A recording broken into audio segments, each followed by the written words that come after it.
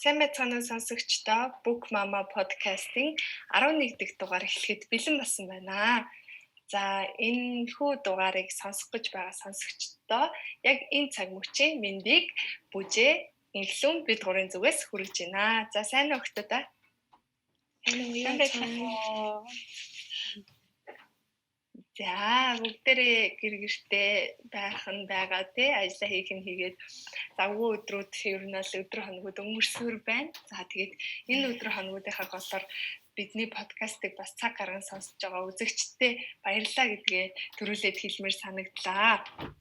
За энэ удаагийн дугаараар ямар ном сонгосон талаар манай Илүү маань та нартай танилцуулна.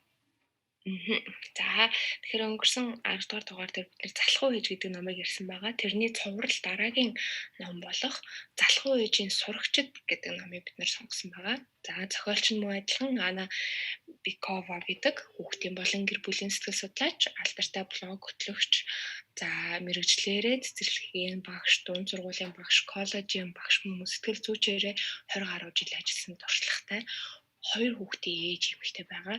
За энэ ном маань 2019 онд хэвлэгдэн гарсан байгаа. Мөн Монголд болохоор мөн адил тухайн жилдээ чидэн паблишингаас эс олон болно. Тэгээ оюун гэрэл гэдэг 2 эмэгтэй орчуулан гаргасан байна. За энэ хүү ном нь нийтдээ 5 бүлэгтэй 259 хуудастай ном байна. За энэ номны нэг айгуу ах давуу том тал нь болохоор өөрөө энэ зохиолч нь өөрөө ээж мөн багш сэтгэл зүйч гэдэг мэрэгжилтэй болохоор яг энэ 3 талаас нь харж 3 өнцгөөс нь бичсэн надад яг энэ номны маш том давуу тал нь болов гэж бодогдсон. За тэгэхээр энэ номноос уншигчд маань юу болж мэдэж авч болох вэ гэхээр нэгдүгээр сургуулаа хэрхэн зөв сонгох, хоёрдугаарт дунд яаж хандах вэ? Гуравт нь хэрхэн уур бухимдалгүй сэтгэлийн хямралгүйгээр хичээл давтуулах вэ? Дөрөвт нь сургууль дээрх дээрэнгүйлэлтэд яаж хандах ёстой вэ? Тавдугаарт нь багш нь хүүхдийн хувийн хэл хязгаарыг зөрчигдөл хэрхэн эсэргүүцэх вэ гэдгээр эдгээр зүйлсүүдийг энэ номноос бас авч болох нэ. За эхний бүлгийн маань манай бүжээ өөрийнхөө таалагдсан хэсгүүдээс ярьж эхлэх байгаа. За эхний бүлэг маань хүүхэд бидний дэмжлэг хэрэгтэй гэсэн нэртэй байгаа. За тэгээд энэ бүлэгт маань хүүхдүүд ер нь эцэг эхчүүд бид нар эцэг эхчүүдийн зүгээс хүүхдэд ямар хандлага гаргаж болох вэ? Хүүхдэд яаж дэмжиж болох вэ гэдэг ер нь тайлбарлаж өгсөн гэсэн одоо энэ бүлэг төр чигтэй байгаа. За тэгээд энэ бүлгийн маань эхлэхийн өмнө болохоор багш одоо манай зохиолч маань нэгэн зүйлийг одоо тайлбарч хэлсэн байгаа. Энэ юу гэхээр сургууль гэдэг тогтолцоонд одоо ганцхан хүү сурагч биш энэ тогтолцоонд болохоор орчин багш эцэг их сурагч гэсэн энэ дөрвөн зүйл уялдаа холбоотойгоор ингээд одоо сурагчид нөлөөлж идэг. Тэгэхээр энэ ойлголтод айгүй чухал. Тэгээд дээрэс нь зохиолч маань хэлж байгаа сан болохоор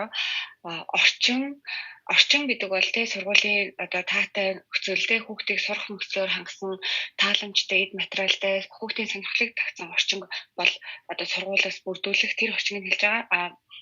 Багш болохоор одоо хэрвээ сайн багш байгаа тохиолдолд одоо хүүхдүүдийг сонирхолтойгоо байдлаар одоо хичээлийг заагаад хүүхд бүртээ онцлогтон тааруулж харьцаж хандаж одоо хамт олон зур авсгалыг бүрдүүлдэг тийм багшаа хэлж байгаа. Тэгээд сайн сурагч буюу одоо төгс сурагч гэдэг утга нь болохоор одоо эцэг эхийн одоо шаардлагагүйгээр өөрийн санаачлаараа хичээлээ хийдэг одоо итгэх зүтгэлтэй байдаг тийм хүмүүсийг сурагч гэж байгаа. Тэгээд эцэг гэх гэдэг ойлголт нь болохоор одоо сургуулийн одоо боловсролын үйлчилгээг хүүхдэд захиалагч гэсэн ийм одоо дөрвөн зүйлээс болохоор бүрдээд байгаа. Гэхдээ энд болохоор одоо сургуулийн үйлчилгээг болохоор төрөөс одоо хариуцдаг ямар боловсролын системийг ямар боловсролын үйлчилгээ хүүхдэд өгөх вэ гэдэг болохоор төрөөс одоо удирдлагыг гаргадаг. Тэгэхээр энд бол одоо нөлөөлөх боломж байхгүй. Дээрээс нь сурагч болгон одоо итгэх зүтгэлтэй өөрөө санацлагаараа хичээлдэг одоо тийм хүүхд болгон тийм байхгүй. Дээрээс нь багш болгон одоо итгэх санацлагтайгаар хүүхдүүд тавхарсан хичээлийг заагаа ч юм уу багш болгон тийм байж чадахгүй. За тэгэхээр энэ нөхцөл болохоор энэ дутагдсан байгаа энэ гурван зүйлийг ганцхан нөхөх боломжтой зүйл нь ерөөсөө төгс эцэг байх. Энэ төгс эцэг байснараа энд гурван дутагдаад байгаа зүйлүүдийг нөхөх боломжтой гэж зохиолч маань хэлсэн санаа нь үнэхээр таалагдсан. Тэгэхээр төгс эцэг байна гэдэг нь болохоор айгүй хүн дээр хүлээж ерөөсөө авч болохгүй. Төгс эцэг их байна. Ерөөсөө хүүхдээ ойлгодог, дэмждэг, хүүхдийнхээ онцлогийг хүлээн шүрдэг тийм эцэгчүүдийг болохоор хэлээд байгаа. Тэгээд энэ дээр зохиолч маань зохиолч маань болохоор эцэг эхчүүд болгон өөр байдлаар хүүхдтэй ханддаг, өөр хандлагыг хүүхдтэй үзүүлдэг. Гэхдээ хүүхдээ гаргаж байгаа үйлдэлүүд нь хүүхдийнхээ сайн сайхны төлөө байдаг ч одоо өөр байдлаар илэрдэг. Жишээлбэл хийсэн нэг үйлдэл болгон яг одоо хэмжээгийн зараас хэтрээд ирэнгүүт ингээд буруудаад явцдаг. Тэгээд тэр хийж байгаа үйлдэлээ хүүхдтэй гаргаж байгаа хандлага яаж зөв яг алтан дундчиг барих вэ гэдгийг л ерөөсөө эцэг эхчүүд суралцах хэрэгтэй юм байна. Ингээд суралцаж чадвал одоо хүүхдээ сайн дэмждэг эцэг их болж чаднаа. Тэгээд дутагтаад байгаа тэр 3 орон зайг эцэгчүүд нөхөж өгөх боломжтой гэж хэлсэнд үнэхээр их таалагдсан. За тэгээд одоо болохоор миний хамгийн таалагдсан хэсгээс ингээд эхлээд явъя. Тэгэхээр эцэг эхийн эрх мэдэл гэсэн ойлголт. Тэгэхээр зохиолч маань энэ дээр болохоор яг туйлширсан үзэл баримтлуудыг тэгээд яг алтан дунд чинь ямар байж болох вэ гэдэг болохоор тайлбарлаж хэлсэн байгаа. Тэгэхээр туйлширсан эцэг эхийн хандлага буюу одоо үйлдэл нь хит одоо эцэг их нь хит их эрх мэдэлтэй байдаг. Ингэснээрээ яг ийм гэр бүлд ороод тэгэхээр хүүхд ерөөсөө ингээд хүн гэж ерөөсөө тооцогддоггүй, би хувь хүн гэж ерөөсөө үздэггүй. Эцэг их ерөөсөө хүүхдийн урдаас бүх эрх мэдэл шийдвэрийг гаргадаг. Одоо ийм хандлагатай гэр бүлээ болохоор эцэг эхийн эрх мэдэл нь хитэрсэн одоо гэр бүл гэж хэлээд байгаа. Тэгэхээр энэ үе ийм орчинд төссөн хүүхд болохоор ерөөсөө би хувь хүний онцлоггүйгээр онцлог нь хөгжөөгүйгээр ингээд том хүн болчдөг. Тэгэхээр энэ бас хүүхдэд хортой. За тэгээд ерөөсөө ийм гэр бүл болохоор ийм эцэг эхчүүд хүүхдэд болохоор айл болох ингээд хатуу сургуульд өгүүлээл одоо багшаараа ингээд цагдаж сахуулахыг хүсдэг ийм эцэгчүүд байдаг байгаа. За тэгээ яг энэ одоо нөхцөл байдлын эсрэг нь болохоор хүүхдээ ерөөсөө хүүхдэд эрх мэдлийг хэтэрхий өгсөн ийм гэр бүлүүд байдаг. За энэ яадаг гэхээр үсэл хүүхдээ ингээд дэм залчдаг, өөр эцэг их нь өөртөө ингээд хүүхдийнх нь боол юм шиг ханддаг. Хүүхдийн бүх хүслийг биелүүлнэ. Тэгээл ерөөсөө хүүхдэд ингээд хязгаарлалт хэмжээ хязгаар ерөөсөө тавьж өгдөг хүүхдийг өсгдөг. За ийм орчинд төснөрөө хүүхэд одоо ямар сөрөг талтай вэ гэхээр ерөөсөө цаг хугацаа орон зай одоо тийм хязгаарлалт тавьдгүй, төгстэй ашиглаж сураагүйгээр том болдог. Тэгээд ерөөсөө эцтэй ямар ч эмх цэгцгүй, өдрийн дэглэмгүй гэр бүлийн одоо уламжлалгүй айл болцсон байдаг аа. Тэгэхээр ерөөсөө ийм эцэгчүүд хүүхдэд ерөөсөө огт бурууг өгдөггүй. Тэгээ хүүхдийн дутагдaltaй талыг хүртэл давуу тал нь хүүхдэд хүртэл ойлгуулсан байдаг байгаа. Тэгээд за тэгтэл яг энэ хоёр байдлыг яг алтан дунд чинь голд нь бас байж болно. За тэгэхээр нөгөө эрх мэдлээ гарах үедээ гаргадаг. Гэхдээ шаардлагатай тохиолдолд бууж өгч чаддаг. Энэ болохоор яг алтан дунд чинь байгаа. Тэгэхээр манай зохиолчд маань өөрөө сэтгэл зүйч гэж түрүү хэлсэн. Тэгэхээр сэтгэл зүйчийн зөвлөгөө авахар эцэгчүүд хэрдэг. Тэгээ тэр дундаасаа тэгээ ямар үед бууж өгөх вэ? Ямар үедээ ингээд одоо хүүхдтэй тэ эрх мэдлээ гаргах вэ гэж олон эцэгчүүд асуудаг. Тэгэхээр зохиолч маань энэ дээр нэгэн тайлбар хийсэн байгаа. Ерөөсөө хүүхдийг ерөөсөө одоо хувь хүн гэдэг үднээс авч үзэх хэрэгтэй. Тэгээд хүн одоо хүүхдэд ч гэсэн яг том хүнтэй адилхан хэрэгцээ байдаг, суурь хэрэгцээнүүд. Тэгэхээр энэ одоо хэрэгцээнүүдийг нь л ерөөсөө сайн ойлгосон байхад болохоор ямар үед эрх мэдлээ гаргаж ямар үед бууж өгөх вэ гэдгийг олоход аюулгүй амархан байдгаа гэж хэлсэн байгаа. Тэгээ энэ дээр одоо яг нөгөө хүүхдийн сонирхол хэрэгцээг болохоор юм одоо дээрээсээ доороосоо дээшээ чиглэсэн юм одоо сац соврох гэж үзэж тайлбарласан байгаа. Тэр өөрөөр хэлбэл хамгийн чухал буюу суурь нь өргөн тэр суурь хэсэг нь болохоор хүүхдийн бие махбодын хэрэгцээ.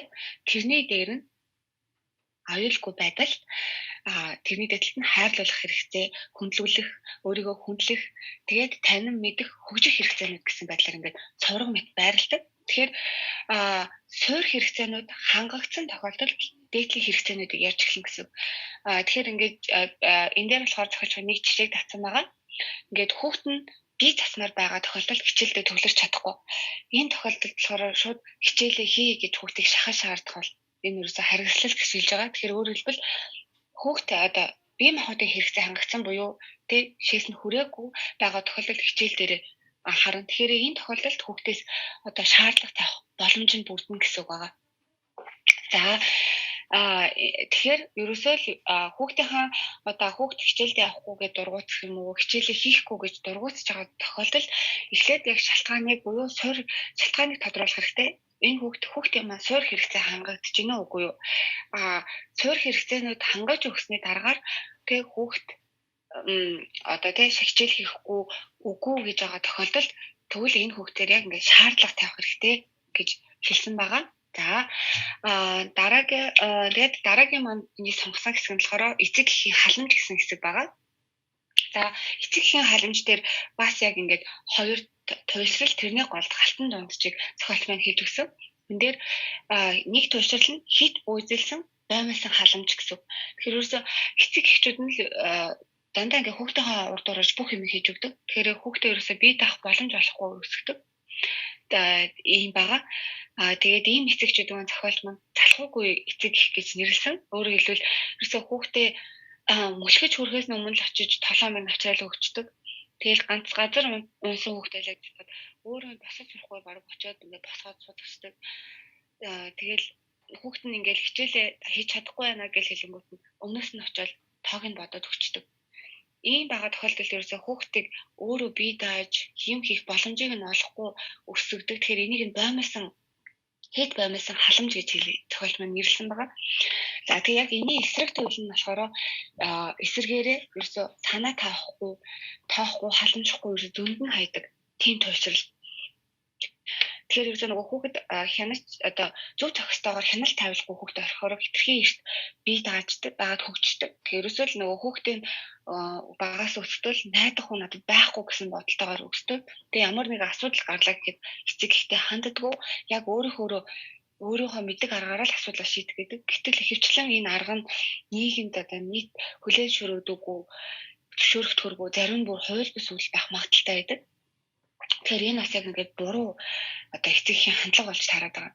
За тэгээ яг энэ хоёрын дундуур нь бас туйлшрахгүйгээр алтан дунджийг бас барьсан хэсэг гэж байдаг. Энэ нь болохоор хүүхдийг бие даахын хамтаар нь эцэг эхчүүд нь одоо тусалж дэмждэг, зөв ёсны халамж өгдөг ийм харилцаа гэсэн үг байгаа. За тэгээд энэ харилцаан дээр болохоор хүүхэд ямар нэгэн зүйл хийж үзээр байгаа бол тэргээ зүгээр хийгээд үзэг. Гэхдээ болгоомжтойгоор хүүхдийн амнаас эрүүл мэндэд өрсөө эрсдэл байхгүйгээр л хүүхд өөрөө тэрийг өөрөө хийж үзэх боломж нөхцөлийг хангаж өгөх. За тэгээд дээрэс нь хүүхэд зөвлөгөө хүсэж байгаа тохиолдолд зөвлөгөөг нь өгдөг. Хэрвээ чамаас зөвлөгөө өгөхгүй цаавал зөвлөгөө урдуур нь орч өгөхгүй байх хэрэгтэй. Хүүхэд тусламж хүсэж байгаа тохиолдолд туслах хэрэгтэй. Тусламж хүсээгүй тохиолдолд хүүхдийг өөрөөр нь хийлгүүлээрэй гэж одоо нэг зохиолч маань дахиж өгсөн байгаа. За тэгэхээр надад одоо яг энэ хэсэг дээр айгүй таалагдсан жишээнүүд нь яг ойлгомжтой, бүр илүү ойлгомжтой. Одоо ингээд яг ингэдэг те гэж ингээд бодолтой орохоор тийм жишээнүүдийг бол хэлж өгсөн их таалагдсан. Жишээлбэл энэ дээр хүүхэд бодлогоо бодож чадахгүй хүүхдээ л. Тэгэхээр энэ дээр нөгөө хит халамжилдаг айл нь товчуудынхаа нэг нь хурж ирээл ерөөсө бодлогонд бодол өгчдөг. Хүүхэд зөвхөн хуулгал үлдэнэ. Тэгэхээр нөгөө хүүхэд өөрөө асуудлыг шийдэх боломж нь байхгүй гэсэн. За тэгэхээр эрүүл ухаанаар ингээд халамжилдаг эцэг эхчүүд яах вэ гэхээр бодлогоо бодож чадахгүй байгаа тохиолдолд оролдож үзнэ үү гэж асууна.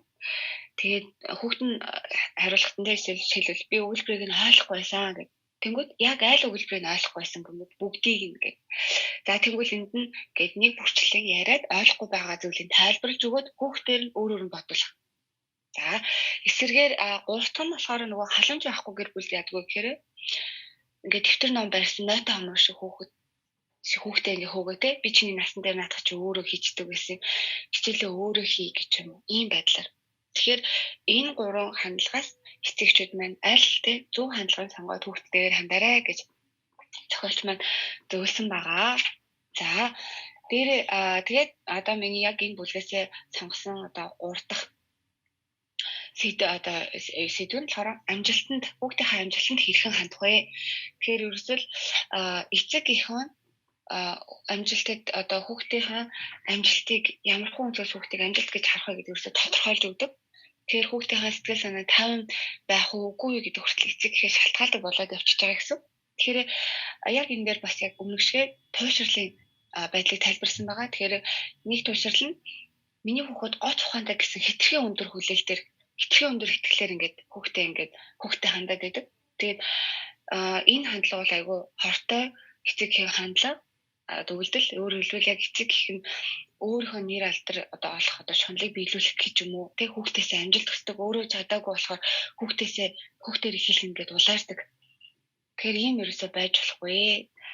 За тэгээд нөгөө туушрал нь болохоор манай хүүхэд ямар ч аяасгүй гэж ерөөсөө тэр чигт нь ерөөсөө хайчдаг. Энэ байдал нь болохоор нөгөө хүүхдээ хитрхи өндөр үнэлчээд тэр найдлагыг биелүүлэхгүй болонгойд үүсдэг тохиолдол. За тэгэл нөгөө хүүхдээ амжилт үзүүлсэнгүй гэж буруутгах боломж гарах юм бол тэгэл ерөөсөө хүүхдтэй шүмжэлтэйгээр ханддаг.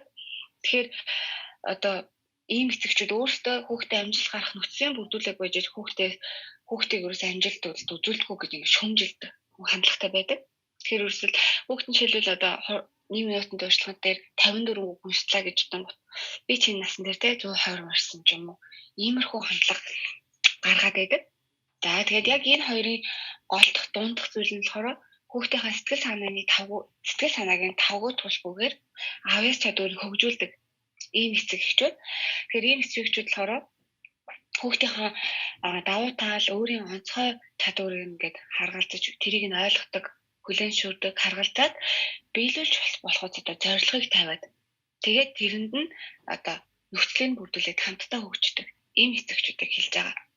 За тэгэхээр ер нь л бол нөгөө олон төрлийн эцэг эхийн одоо хүүхдийнхээ хийж байгаа үйлдэл, сурлага бүх зүйл дээр болохоор эцэгчүүд яг энэ гурван зүйлийг л ингээд анзаарч авах хэрэгтэй. Хит туйлширсан харилцааг бий үүсгэж байна уу? Хоёр төл рүү. За тэгэхээр би яг энэ хүүхдээ одоо харилцаан дээр өмнө энэ зүйл дээр яаж алтан дончиг ороод хүүхдийн сэтгэл санааг 50 байлгах вэ гэдэг дээр эцэг эхчүүд анхаарах хэрэгтэй юм байна гэж одоо энэ бүлгээс бол хамгийн их ойлгосон. За тэгээд цаашаа энэ бүлэгтэр маань олон гой сэдвүүд байгаа.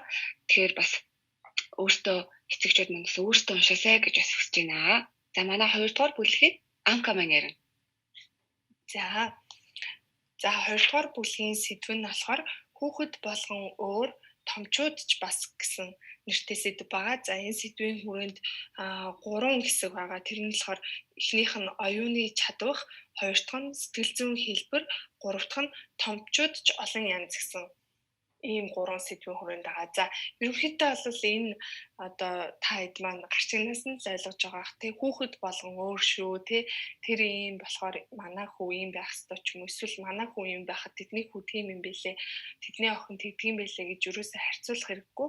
За айлын хүүхдүүд одоо юу гэдгийг яг чиний насан дээр ингээл тий хичээл сурлага магадгүй 35 үсгээд чи цээжилсэн байхад чи чадахгүй байх гэж харьцуулах хэрэггүй гэсэн энэ одоо бүх санааг маш гоё одоо шинжлэх ухааны судалгаа үндэслэлтэйгээр гоё тайлбарлаж өгсөн ийм бүлэг байгаа. За эндээс миний одоо надад илүү ярмаар санагдаж байгаа сэдв нь болохоор оюуны чадвах гэдэг хэсэг байна. Би энэ хэсгийн талаар сонсогчдод хуваалцъя гэж бодож байна. За Америкийн сэтгэл судлаач олон талт оюуны онолыг үндэслэгч Ховард Гарднер гэдэг хүн байсан юм байна. За энэ хүн болохоор 1983 онд хүний тархины ажиллагааг судлаад анх удаага олон талт оюуны шинэ онолыг гаргасан гэж. За энэ онол ёсоор бол яах ёстой вэ гэхээр хүн болгон тархины аль нэг хэсгийн хөгжлийн түвшнээс хамаардаг харьцангуй тусгай чадварууд гэж байдаг. За тэгээд хүний тархи янз бүрээр хөгжиж болно гэж байгаа. За тэгээд хамгийн багадаа 7 янзын оюун ухаан байдаг хүний тархинд гэж одоо гаргасан байгаа. За тэгээ өөрөөр хэлбэл энэ 7 янзын оюун ухаан нь яг ямар юм бэ гэдэг талаар энэ бүлэгт илүү гоё тайлбарлаж өгсөн байгаа. За тэгэхээр хүн болгонд одоо хамгийн багадаа энэ 7 төрлийн оюун ухаан байдаг байх нэ тий. Гэхдээ одоо юу гэдгийг энэ 7-гийнх нь 3 нь байна ч юм уу 4 нь байна биш хамгийн багадаа 7 л байгаа. Гол нь аль нь илүү хөгжсөн бэ гэдгээрээ л хүмүүс хоорондоо ялгаатай. Хүүхдүүд хоорондоо ялгаатай, өсч төрнөд хүмүүс ч гэсэн тий хоорондоо ялгаатай болж байгаа гэсэн үг. За энэ 7 оюун ухааныг би таадад эхлээд нэрийг нь хэлээ явчих. За эхнийх нь болохоор хэл ярианы оюун ухаан, хоёр дахь нь хөгжмийн оюун ухаан, гурав дахь нь логик математикийн оюун ухаан, дөрөв дахь нь орон зайн оюун ухаан, тав дахь нь бие хөдөлгөөний оюун ухаан, зургаат дахь нь өөрийгөө танин мэдхийн буюу сэтгэл хөдлөлийн оюун ухаан. За сүүлийнх нь болохоор харилцааны буюу нийгмийн оюун ухаан гэсэн ийм 4 оюун ухаан байт юм байна гэж тайлбарсан байна. За эндээс бас товчхон бас та хэдтэй танилцуулаад явъя. За хэл ярианы оюун ухаан гэж байна. За энэ нь бол ерөөсөө хүний үг яриатай хамаатай бүхий л зүйлийг хариуцсан тийм. За өөрөөр хэлбэл хэл ярианы өндөр хөгжилтэй хүүхдүүд одоо энэ оюун ухаан илүү хөгжсөн байдгаа гэж ойлгож болно. Илүү магадгүй эрт хэлд ордог, үгийг бүтнээр нь цэвэрхэн дууддаг.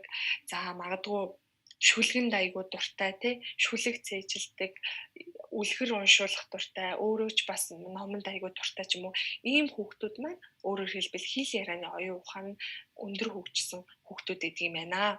За тэгэхээр өөрөөр хэлбэл яах нь вэ гэхээр энэ хүүхдүүд маань ерөөсөө бусдаа одоо өөрийгөө илэрхийлэх чадвар сайтай, бусдаа ингээд тий ярилцаад уучраа олцдог, хүний нэг арга ивийг нь олцдог тий.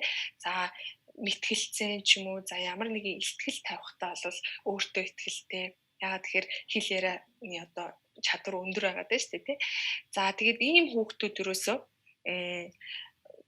илүү одоо нийгмийн ч юм уу эсвэл одоо уран зохиолын төрөлд ч юм уу амжилт гарах магадлал өндөртэй байдаг гэж бас хэлж болно.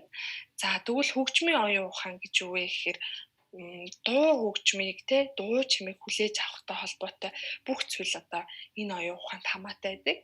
За жишээлбэл дууны чанга, сул, урт богино те дууны хэмнэл, темпийг аягүй сайн мэдэрдэг. За тэгээд одоо юу гэдэг тэр хүүхэд ингээ багтаа одоо хэлд орохоосоо илүүтэй ингээд хөгжим явахаар одоо яг тэр темпэнд нь харуулж хөдөлдөг, бүжгэлдэг ч юм уу те хөлд орохоосоо өмнө одоо бүжиглээд ингээд хөлөөрөө бүжиглэхээс илүү биеэрээ ч юм уу те илүү ингэж гоё хөдөлж бүжгэлдэг ч юм уу иймэрхүү мэдрэмжтэй одоо энэ төрлийн оюун ухаан сайн хөгжсөн хүүхдүүд байдаг. За мэдээж энэ төрлийн оюун ухаан сайн хөгжсөн хүүхдүүд яах нь хөгжмийн зэмсэгт дуртай тий хөгжмийн дугуулan энтерт явах сонирхолтой тийм хүүхдүүд байсараа. За энэ оюун ухаануудыг яагаад тайлбарлаад байгаа гэхээр өөрөөр хэлбэл таны хүүхдийн одоо аль оюун ухаан илүү хөгжсөн байна гэдгийг нь эцэг эхчүүд аягүй сайн мэдрээ тий таньж мэдээ магадгүй тэгснээрээ та хүүхдийнхаа юунд дуртай тий ямар одоо байдлаар тухайн одоо хийлгэж байгаа даалгавар ч юм уу хийлгэж байгаа ажлаа ямар байдлаар ингэж хүүхдэд зориулж хувиргаж одоо өөрт нь амар байдлаар хийлгэх вэ гүйцэтгэх вэ гэдэг арга барилуудыг бас эндээс олж авч болно гэсэн санаа байгаа даа. За жишээлбэл одоо хүүхэд нь хэрвээ ингээл те шүлэг цээжлэх болоод за гэхдээ яг хэл ярианы оюун ухаан жоох магадгүй бага харин хөгжмийн оюун ухаан илүү их байлаа гэж бодоход магадгүй тэр шүлгийг одоо аян дээр болгоод тэгээ дуу шиг болгоод цээжлүүлвэл таны хүүхэд зүгээр ингээд тэр шүлгийг цээжлэхээс илүүтэй амархан хурдан тэр шүлгийг цээжилж чадна гэсэн ийм санаа байгаа даа. За гурав дахь нь болохоор логик математикийн оюун ухаан гэж байна. За энэ бол ойлгомжтой тийм. Хийсвэр сэтгэх одоо янз бүрийн юмыг хооронд нь холбоо тэндээс ямар нэгэн шинжилгээ дүгнэлт гаргадаг. За нөгөө тоо математиктай илүү сайн тий одоо энэ төрлийн хүүхдүүд магадгүй багасаа юмыг бүр ингээд тоолдог ч юм уу те одоо тоог амар хурдан сурчдаг. За тэгснэ магадгүй шатаар өсөхдөө 1 2 3 4 гэж шатаар буухтаа шатаа тоолдог ч юм уу те. За урд нь байгаа алим, урд нь байгаа чихрийг ингээл тоолдог ч юм уу. Иймэрхүү төрлийн хүүхдүүд байдаг. За тэгэхээр энэ төрлийн хүүхдүүдэд одоо яах нь вэ? Жишээлбэл ямар нэгэн шүлэг цээжлүүлэх байгаа бол одоо маш гоё хооронд нь холбож уялдуулж тэр хүүхдэд цээжлүүлвэл илүү амархан цээжлэгдэнэ гэдэг ч юм уу. Ийм байдлаар арга ашиглаад явж болно гэсэн санаа гань. За дөрөвт нь болохоор орон зай оюун ухаан гэж байгаа. За энэ болохоор ерөөсөө л нөгөө төсөөлөн бодох чадвар маш өндөртөө тий. За одоо зарим хүүхдүүд чинь ер нь тэгдэг штэ ингээл одоо дүүнэрийгээ ч юм уу эсвэл одоо найзынхаа хүүхдүүдийг ч юм уу харахаар нэг хоёр юм барби ч юм уу барьцсан, хоёр динозавр барьцсан, амар хөөрхөн яриал те өөрөө өөртөө ингээд үлгэр зохиож өгсөн байж идэг. Тэгэхээр тэр төрлийн хүүхдүүдийн бол энэ нөгөө орон зайн энэ оюун ухаан илүү хөгжсөн төсөөлөн бодох чадвар маш сайтай гэсэн үг. За тэгэхээр энэ хүүхдүүдэд одоо шүлэг цээжлүүлэх байгаа жишээн дээр бол те тухайн шүлгийг яг ингэж нүдэнд нь харагдтал боддоор одоо нүдэд нь харагдтал тэгж төсөөлүүлж чэйжлүүлвэл илүү амархан байх нэ. За бие хөдөлгөөний оюухан гэж байгаа. За бие хөдөлгөөний оюухан гэдэг нь бол ерөөсөө л одоо хөдөлгөөнтэй биеэ удирдах чадвартай холбоотой тий. За энэ одоо энэ төрлийн оюухан өндөр хөгжилтэй хүүхдүүд ерөөсөө л хөдөлгөөн маш ихтэй байдаг. За энэ хүүхдүүдийг хичээл хийлгэх, за ямар нэгэн юмд одоо анхаарал төвлөрүүлэхэд бол маш их одоо бэрхшээлүүдтэй тулгардаг. За чи яг наанаас суугаад наадтайгоо бодоотгоо гэд хэлэхэд одоо юу гэдэг юм тухайн хүүхдийн бол одоо хөдөлгөх нь илүү гоё байгаад байгаа учраас одоо тэрэнд ингэж анхаарлаа хандуулад хийх нь тухайн хүүхдийн яг сонирхолт нь бол төдийлөн нийцэхгүй. Тийм учраас магадгүй хэрвээ таны хүүхд ингэж үнэхээр хөдөлгөөнтэй гар хөлөө хөдөлгөх дуртай тийм нэг байг өсөрч хараадаг хүүхдүүд байдаг шүү дээ тий. Яаж юм бэ чи зүгээр суудаг юм уу гэмээр хэрвээ үнэхээр л тийм хүүхдтэй бол магадгүй тий. За энэ бодлогыг бодоод хоёулаа тэр өрөөрөө уралдъя тий. Тэгээ буцаж ирээ дараагийнхан бодъё. За эсвэл яг энэ шүлгийг чи чэйжлээд эхний хоёр мөрийн чэйжлэнгууд хоёулаа дээшээ үсрээд гурав үсрээд буцаж суугаад дахиад цааш нь үргэлжлүүлэх гэдэг ч юм уу. Аль болох хүүхдийнхаа тэр одоо өөрийнх нь өгөгдсөн тэр нөхцөл байдалд нь тохируулж бас хичээл номыг хийлгэх болон аливаа ажлыг гүйцэтгүүлэх нь чухал юм аа гэдэг л санаа юу нь явж байгаа гэсэн үг. За дараагийнх нь болохоор өөрийгөө танин мэдэх юм буюу сэтгэл хөдлөлийн оюун гэж байгаа тий.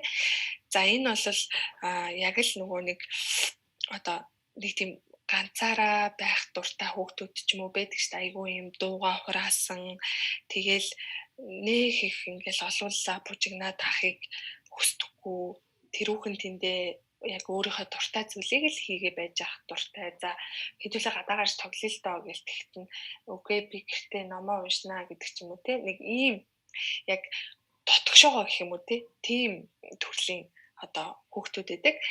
За ийм төрлийн хүүхдүүдтэй бол мэдээж одоо бөөнөрөө тгий ингийг гэхээсээ илүү үнэхээр одоо асуудалтай даалгавраа хийхгүй ч юм уу янз бүрийн асуудал байвал маш сайн ярилцах хэрэгтэй. Гэхдээ тэрийг ингээл бүр ангиараа ярилцсан эсвэл багш нар ч очиод ярилцсан гэхээсээ илүүтэй зөвхөн ээж нь ч юм уу аав нь ч юм уу хоёулах нь ярилцлах ч юм уу те иймэрхүү арга барилаар тулж ажиллавал илүү зүгээр.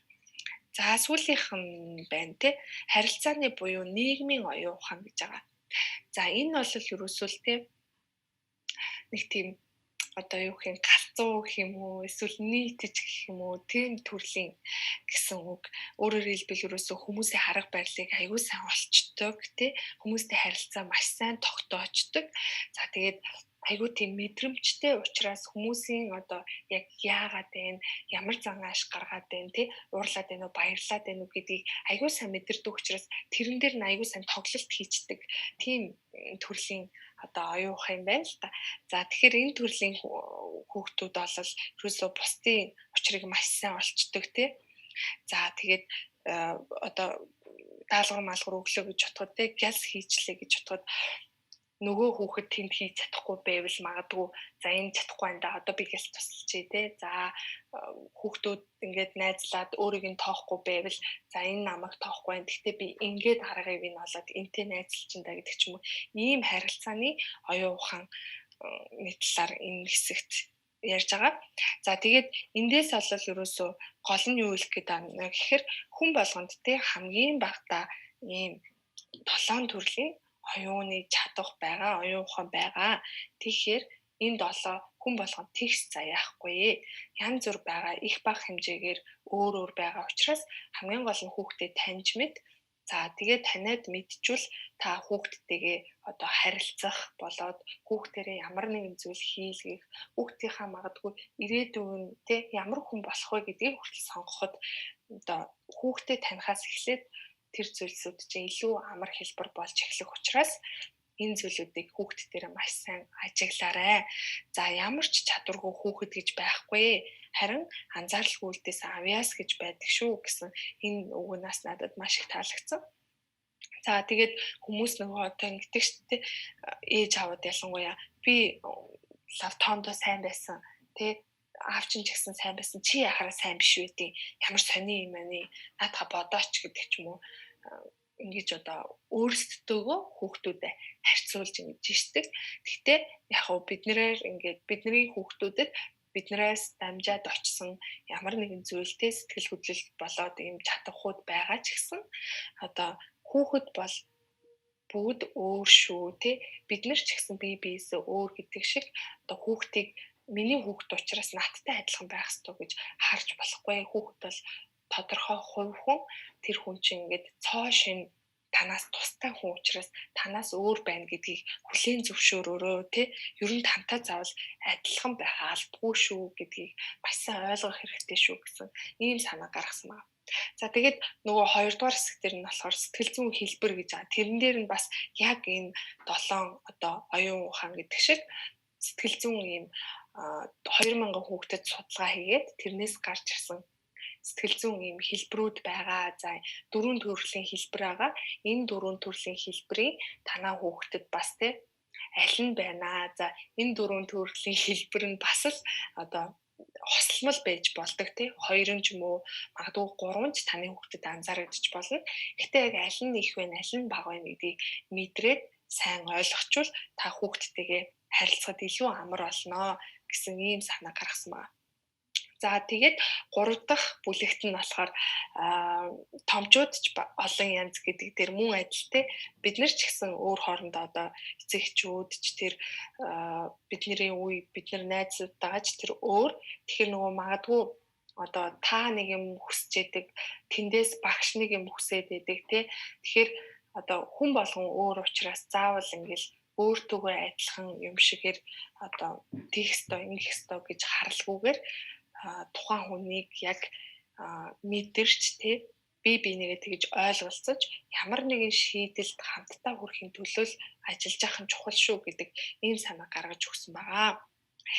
За тэгээд 3 дугаар бүлгийг маань эхлэн маань цааш нь үргэлжлүүлэн ярина.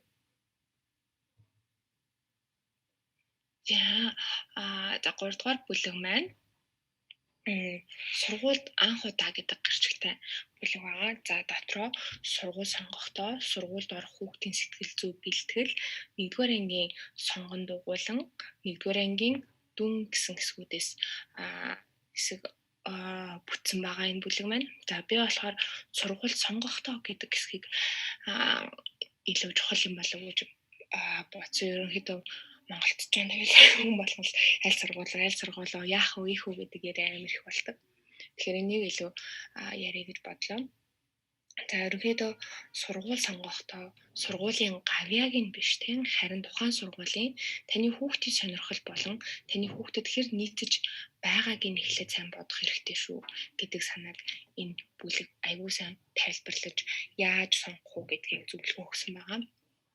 За тэгэхээр сургууль болгон те өөрийн гэсэн чиглэлтэй, өөрийн гэсэн баримтлагдаг зүйлтэй гэдгийг хүн болгон мэдж байгаа. Тэр болгоныг эцэг эхчүүд маань сайн судлаж өөрийн хүүхдэд тохирсныг заавал сонгож өгөөрэй гэж. За жишээ нь математикийн гүнзгий ирүүлсэн гэж байдаг. Эсвэл гадаад хэл төлхүүддэг.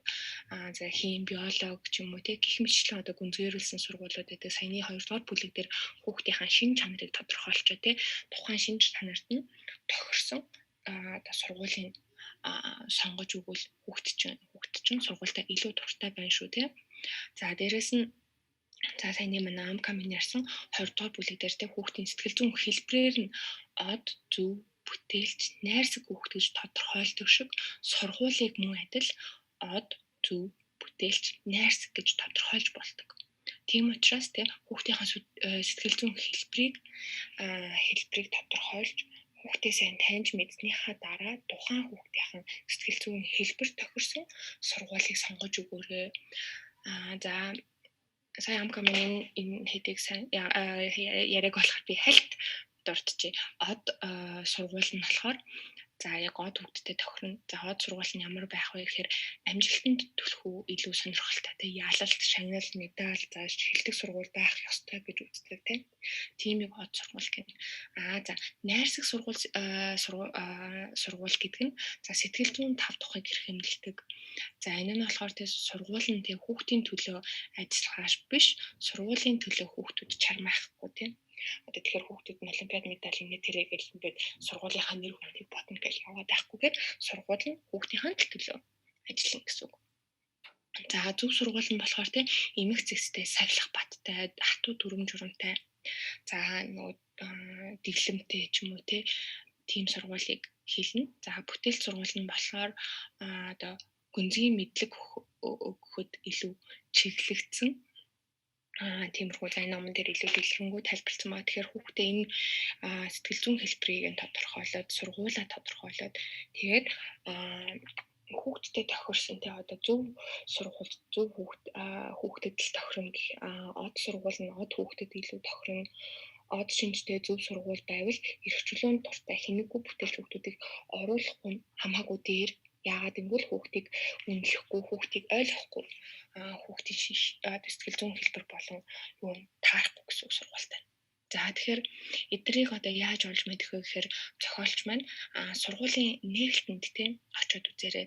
Сургуулийн нээлтийг үзэхэд ерөнхийдөө энэ ямар хөө сургууль вэ гэдгийг бол аюу амархан олоод мэдчихнэ гэж байгаа. Яагаад гэвэл хэрэв за од сургууль байх юм бол тий хүүхдүүд нь илүү дуулж бүжиглээлээ эсвэл захирлан гарч ирээ сургуулаа магтаал манай сургууль ийм тийм би одоо ийм тийм гэл тий од болох туртай тий тэгж магадгүй за илүү юу гэдэг зөв хүүхдтэй ах юм бол хатуу дүрм журм яриалтай манай сургууль ингэх ёстой тэгэх ёстой гэх мэтчлэн за хүүхдүүд нь илүү дэглэмтэй ч юм уу тий гэх мэтчлэн сургуулийн нээлтэнд очиод үзэх юм бол сургуулийн ямар хөө сургууль байна гэдэг юуг нь гэдэг ойлгоод байна. За тэгээд цааш нь дээрэс нь сургуулийн ингээд сэтгэл зүйг ингээд тодорхойлчлаа тийм. За дараад нь ангийн багш нь хүүхдэд маш чухал. Ялангуяа 1-р ангид орж байгаа хүүхдэд бол ангийн багш нь аюул чухал гэдэг. Яагаад гэвэл хүүхэд шинэ орчинд, шинэ газар, шинэ хүмүүстэй, шинэ орчин тий юу ч мэдэхгүй орж байгаа болохоор тухайн хүүхдийг тухайн багш нь маш сайн ойлгодог байх хэрэгтэй. За тэгэхээр яаж багш нь илүү сайн ойлгох вэ гэвэл тухайн хүүхдтэй тий адилхан сэтгэл зүйтэй одоо сэтгэл зүйн төлөвтэй төстэй тий шинжтэй байвал тухайн хүүхд одоо багштай илүү үнэлэгдэж чадна гэсэн үг. За жишээ нь одоо багш одоо айгу яриа хүүхдээ л тэг яриа хөдөлгөөн ихтэй тийм хүнийг багш нь мөн адилхан яриа өөрөө хөдөлгөөнтэй байж ч тухайн хүүхдийг бас ойлгоно тий. За эсвэл өөрөө айгу багш нь амар юм дүрм журм ярьдаг тийм хүүхдээр айгу сахилахгүй хөдөлгөөн ихтэй хүүхд орох юм бол тухайн багш тухайн хүүхдийг бас ойлгож чадахгүй гэх мэтчлэн ангийн багш тухайн хүүхдтэй ижил сэтгэл зүйн хэлбэр болон одоо нэг өөрийнх нь шинж чанар тань төстэй байвал тухайн хүүхдэд илүү амар байна шүү гэхээр багштай хичээл эхлэхээс өмнө сургуулаа сонгохоос өмнө заавал багштай уулзаж үз мөн за ер нь эцэг эхтэй багш нарын хоорондын харилцаа маш чухал болохоор тэг багштай заавал уулзаж үз тантай адилхан одоо нөгөө үнэмшилтэй тантай адилхан чиг баримжаатай хүн мөн үү биш үү те яагаад гэвэл юу гэдэг дараад нь ямар нэг одоо та хэрэг за багш нь илүү одоо бүтээлч хүн байлаа тий нэгд юу дүн мүнд нэг анхаарал өгдөг хүүхдүүдийг илүү чөлөөтэй өөрөөр нь сэтгэдэг за хэрэг та өөрөө дүнд чухалчдаг тий дүн заавал онц байх хэрэгтэй гэд та тийм одоо бодолтой байх юм бол байн юм багштай зөрчилдөөнтэй байна гэсэн. Тэгэхээр аль болох хүүхд болон тантай юм тий төстэй чиг баримжаатай таны ингээд эрхэн одоо ихэнд тавьж байгаа юмтай адилхан зүйл тухайн багш нь бас тавьдаг байвал илүү танд болон хүүхдэд ч илүү амар байх болно гэснийг энэ зохиолч маань зөвлөж байгаа. За дээрэс нь бас хүний үгээр тий сургууль багшийг дүгнэж болохгүй шүү. Яагаад гэвэл тэг хүн болгоны юмыг үнэлэх болон харах өнцөг нь онтой байдаг. За энэ болохоор энэ зохиолч маань хэд хэдэн жишээ энэ дээр авсан байгаа юм. За тэрийг би хэлвэ нэг багшийг 2 хүн ингэж дүгнсэн байгаа. Эхний ээж болохоор бид нэрээ азтай юм ба тий багш нь айгүй залуу хүн дөнгөж сургуулаа төгссөн. Ямар ч дөнгөж сургуулаа төгссөн. Ямар ч туршлага азгүй уучлаарай. Нэрээ бид нэрээ азгүй юм а тий багш нь залуу хүн дөнгөж сургуулаа төгссөн. Ямар ч туршлагагүй сахилга бат сахиулахгүй ангид зохион байгуулж чаддгүй тийм багш манай хүүхдэд манай ангид ороод байна. Бид нар ч азгүй юм а гэж ярьж байгаа. За тэгээ нөгөө талаас тухайн багш бас нэг өөр ээж те. Яа бид нар бас таацтай юм аа. Багш нь айгүй залуухан ирч хүчтэй те. Хүүхдүүдтэйгээ ажиллахыг боддог. Хүүхдүүдэд хайртай. Хүүхдүүд нь байнгын нэмсэглэж явдаг. Хүүхдүүд ч багштай айгүй хайртай гэж ярьж байгаа. Тэгээ нэг хүнийг хоёр талаас нь. Тэр бас өөр нэг жишээ бас энэ дээр бас хэлчихье. Бид нар багшигаа зөв сонгож сурагчаа амжилттай сургах сонирхолтой туршлага ихтэй хүүхдэд маш ихийг өгч чадчихээн. За дээрээс нь хатуу шаардлага тавьдаг багш байна. Хичээлийн цагаар хөтөлбөрөөс гадуурх бодлого бодуулж олимпиадад бэлддэг. Гэрийн даалгавар их өгдөг хүүхдүүд нь үгэнд нь маш сайн ордог гэж нэг ээж нэг ярьж байгаа жишээ. Нөгөө талаас нь энэ багш нэг өөр ээжтэй. Бид нэр өстө багшигаа буруу сонгож дүнгийн чухалчилдаг хүүхдийн сэтгэл санаанаас илүү дүнгийн илүү анхаардаг. За маш их ачаалалтай хүүхдэд байнга хүнд бодлого бодуулдаг, амар их даалгавар өгдөг. Хүүхдүүд гүйцэхгүй байхад тэрийг нь шууд самбраас ингээд арилгачдаг. За хүүхдүүд нь багшаасаа маш их айдаг. За энэ бол бас нэг багшиг хоёр талаас нь гэж яаж.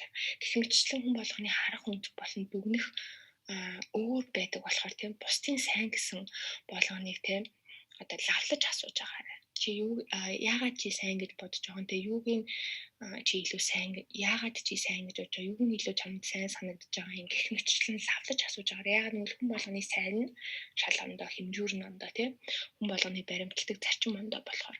За тэгээ хүн болгон айл болох те өөрийн биеэр сургууль дээр нь заавал очиж те захирал болон багштай танилцаж асуух зүйлээ асууж байгаарай те тэгжиж тухайн одоо ээж бид нар те тухайн сургууль нь хүүхдтэй таарч гэнэ үү таарахгүй байна уу гэдгээ олж мэдэх хэрэгтэй байгаа гэж зөвлөсөн байна. За өөр дараагийн анхаарах сургууль сонгохдоо анхаарах зүйл бол гэртээ ойрхон байх нь маш чухал гэсэн байна. За яагаад энэ нь маш чухал вэ гэвэл дөнгөжтэй цэцэрлэгч явж агаад нэгдүгээр сургууль нэгдүгээр ангид орж байгаа хүүхдэдтэй өглөө маш их тосоод нөгөө захаас заад хол байлаа гэж бодоход сургууль нөгөө захаас хотын нөгөө захаас нөгөө зах руу хүртэл сургууль руу хоёр удаа тийм өглөө сургууль руугаа орой гэрлүүгээ гээд хоёр удаа тийм за Монголын хувьд бол маш их төвжрэн дунд тийм маш их стресс дунд за тэгээд нойр нь хумслагдан байж тийм хүүхд ингэж эхний жилээ маш их одоо нөгөө би биологийн тийм ах бодийн хувьд маш их ингээд ядардаг, туйлддаг тийм тэрэн сүүл рүү стресс болдог. За тэгэхээр хүүхдтэй ийм нөгөө бие махбодын хувьд тийм ятраахгүй тул стресс өгөхгүй тул айл болох гэртэйгээ ойр байх юм бол тийм хүүхдэд нойр авах боломжийг өгдөг. Тэгэхээр хүүхэд ядрахгүй хит ядрахгүй байх давуу талтай нэгдүгээр ангийн хүүхдээс маш их ядардаг. Нөгөө оюуны хувьд маш их ачаал авдаг. Бие махбодын хувьд маш их ачаал авдаг болохоор ядаж тэг гэртэйгээ хойрох юм бол хүүхд чинь нойроо хангалттай авч чадна гэсэн санаа бас байгаа.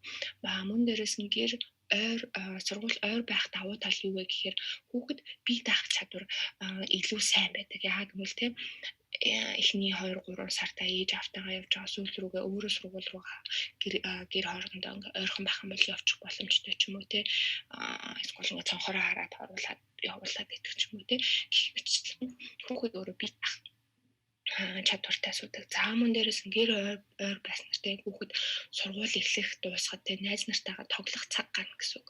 За гэрийн ойр найзуудтай байна гэдэг чинь одоо юу гэдэг хүүхэд сургуультай илүү дуртай байна тий сургуультай илүү сайн найзтай байна. За найз гэдэг бол сургуулийг давж гарах хамгийн том одоо нөгөө хань түшиг болж байдаг. Тэгээ найзууд бол хичээлээс илүү чухал шүү гэдгийг манай зохиолч маань хэлж өгч байгаа юм. Тэгэхээр найз ихтэй найзтай байвал хүүхдүүд сургуультай дуртай сургуульд явах гоё гэдэг хүсэлтэй байдаг. Тэгэхээр тийм учраас ийм шалтгаануудаас гэр айл болох тий ойрхон тий өөрт чинь ч гэсэн ээж аав нар ч гэсэн маш их стресс болдог шүү дээ. Хоол айгуу төгжрэн дүнд явна, ажилласаа хоцорно. Тэгээ ажиллаас тарангуутаа шууд хүүхдээ очиж аавна гэх мэтчлэн амар их юм юу гэдэг стресс нерв за тэгээ машинтай явдаг бол бензин инээт хэлгээл маш их асуудал ерөнхийдөө байдаг. Тэгэхээр аль болох гэртэйгээ ойрхоныг сонгоорой.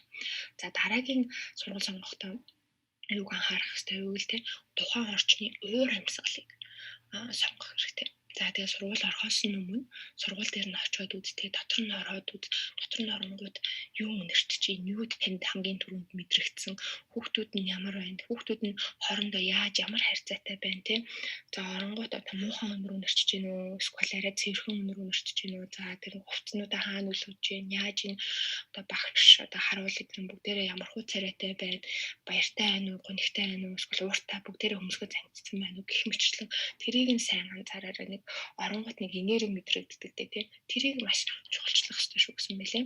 За дээрэс нь энэ дээр бас орчин гэдэг тэр бас хүүхдэд хамгийн хэрэгтэй нэг юм бол ариун цэврэг өрөө гэсэн байгаа юм зохиолч маань ариун цэврэг өрөө хүүхд өөрөө ариун цэврэг өрөө орохоос айдаггүй байх хэрэгтэй тий. Гэртээ эртлээ төвчдөггүй байх хэрэгтэй. За энэ бол Монгол сургуулийн юмнууд дээр айгүйх дутагдaltaй тал гэж байгаагүй тийм энэ зохиолч маань Оросын сургуулиуд бас айгүй дутагдaltaй гэсэн байлээ. За жишээ нь зарим нөлөөд ингээ ямар ч хаалга байхгүй ямар ч нэг privacy байхгүй тийм гэх мэтчлэн иймэрхүү асуудлууд амар их байдаг болохоор та заавал сургууль сонгосон бол сургуулийнхаа 0 руу заавал орч үзээрэй тийм энэ ариун цэвэр хангасан байх хэрэгтэй энэ privacy тийм хүн өөрөө ороо бизнесхад одоо тэдний анхан шатны тийм юуг нь хангацсан байх хэрэгтэй тэгэхгүй бол хүүхэд одоо нөгөө яал орохоос айгүй айдаг санаа зовдөг ичдэг те яа гэвэл би ороод ингээд хүндэрчүүл намайг ангийнхан хараашаа олчинч гэх юм уу гэх мэтчлэн тиймэрхүү айдастай байдаг болохоор айдас бий болчдөг болохоор хүүхд сургууль дээр очихороо идэж ууж уухаа болчдөг яагаад гэвэл 0 орчдөг болохоор за тэгэнгүүт хамаг шээс басаа ингээд байрал хүрэх сургууль дээр тэгж байх ч хэцүү шүү дээ ялангуяа эмэгтэйчүүд те хүүхдүүд бол те биений юм ярьдаг за даамсгайгаас солих хэсэг ингээд тэрэг гих мэтлэн тийм юмнууд ариун цэврийн хувьд бол хүүхдэд маш чухал болохоор энийг ээж аав нар ч гэсэн хамгийн сургууль сонгохдоо ариун цэвэр өрөөгөр нь заавал нэг орж үзээрэй таны хүүхд чинь ороод гэрте байгаа юм шиг биз боломж байна үү те тэрийг нь сайн хараарай гэсэн баг юм. За дараад нь болохоор сургууль сонгохдоо юуг нь анхаарах хэрэгтэй гэвэл нийгмийн ижил төвчний хамт олон мөн биш үү гэдгээ анхаарах хэрэгтэй гэж байна. За энэ нь болохоор тийм сургууль сонгохдоо тийм олон жилийн хамт өнгөрүүлэх тийм хүмүүсээ сонгож байгаа болохоор тийм чиг баримжааг нь очиж хараарай тийм болохоогоор тийм за тэгмүүд сургуулийн хаалгаар гарч иж байгаа хүүхдүүдтэй юуны тухай тийм ямар өнгө аясаар ярилцж чинь тийм очоод ингээд сонсоод анзаараад үз тийм хүмүүс ерөнхийдөө хүүхдүүд аягүй чанга ярьдаг болохоор заавал нэг хоёртой байх шаардлага байхгүй тийм холхноос нь юу ярьж байгааг нь анзаарах боломжтой байдаг. За ар гэрийнхэн санхүүгийн боломжийг нь үнэлээд үз. За хүүхдүүд ингээд гадаад төрхийн хартай ямар хугацтай ямар байна гартаа ямар утас барьсан байна тийм за хүүхдүүд авахаар ирж байгаа тийм эцэг эхийн машиныхан цагууруудыг хар тийм тэгээд яагаад энэ чухал вэ гэвэл тийм за хэрэг танаа хүүхд ч од хүүхд бол тийм энэ номон дээр жишээ авсан байгаа тийм хэрэг таны хүүхд од хүүхд бол тийм од хүүхд бол бусдаас дутхгүй бусдаас илүү гарах сүсэлтэй илүү од байх туртай хүүхд гэдэг тийм учраас одоо нөгөө тухайн ангийнх нь юу хэрглэж тэрнээс дээгүүр гарах гэж айгүй хүсдэг хэрэг тэр нь хангахдаггүй айгүй стресстэй нервтдэг ичдэг зовдөг тийм хүүхдэд маш их сэтгэлийн дарамт болдог за энэ зохиолч маань нэг жишээ авсан нь нэг хин гэлээ нэг уцаа алга болгоод тэгээ тэрнээсээ хоолоод 2-3 хоног хичээлдээ яваагүй би уцахгүй сургууль дээр очиж чадахгүй яа нүгэл манай найзууд намайг уцахгүйгээд үнэлэхгүй ч юм уу тэг гэх мэтчлэн хүүхдийн одоо хүүхдийн сэтгэл зүйн хэлбэрээс нь хамаарат бас хүүхдүүд ондоо хүлээж авдаг гэх мэтчлэн энэ айгүй одоо нөгөө нийгмийн давхраг адилхан байвал хүүхдэд стресс нэрв бага байдаг. За тэгэхээр энэ бүгдийг мэдхийн тулд мэдээж тэ хичээл тарахт нь нэг одоо гадаа нь очиод үзтээ тэгэхэд л ямар одоо уур амьсгалын шинжээд тэ өөрөөсөө бусад эцэг эхчүүдтэй тэ би энэ тэнцүү байж чадхаар байна уу гэж асуугаад өөрөөсөө үз. За тэгээд нүү сургуулийн хүүхдүүд тэ төрсөн өдрөө яаж тэмдэглэж чинь төгсөлтийн хонхны баяраа яаж тэмдэглэж юм байна уламжлалтыг нь мэдэж ав тэ хэрэг мөнгө зарцуулт юм байна. Тэрийг нь бас мэдээж ав. За сурагчдын амралтаараа хүүхдүүдийг хааш нь авч явдаг байна тэ. За миний мэдхийн Монголын баячуудын хүүхдүүдийн сургуулиар тэ гадагшаага байнга нөгөө бусад гадаадын сургуультай өсвөрлөхийн тулд хүүхдүүдэд авч гадагшаа авч тэмцээнд ордог гэх мэтчлэн тэ эцэг эхчүүд нь бүх зардлыг өөрсдөө таадаг. За ингээд сургууль маш ондоо ийм боломжтой байдаг. Гэх мэтчлэн тэднэрийн тэ судалж үзээрэй те багш нартай ямар бэлэг авч өгд юм байна. За анги тогтчлахдаа хідэн төгрөг хураадаг гэж энэ цаанаасаа гэх мэтчлэн гарч болох бүх зардлыг та тооцоолж асууж мэдэх хэрэгтэй шүү. За тэгээд энэ номон дээр өөрөөсөө эднэрийг тэгээд асуугаад үзээрэй гэж би энэ асуултуудыг танд өмнөөс уншаад өгч байна. За ангийнх нь хүүхдүүд байгаа зүйлсийг нь би хүүхдтэй худалдаж авч өгч чадах уу? Ангиараа явхаар шийдсэн зугаалга цэнгүүний мөнгийг би төлж чадах уу? Анги тогтчлын зардлыг ядаж зохих юмгүй гаргаж чадах уу? Сургуулийн уламжлал болсон арга хэмжээнүүдэд их төчмийн чадал хүрэлцэх үү? Ихэнх нь оролцдог хонхны баярын үдшлийн зардлыг би гаргаж чадах уу?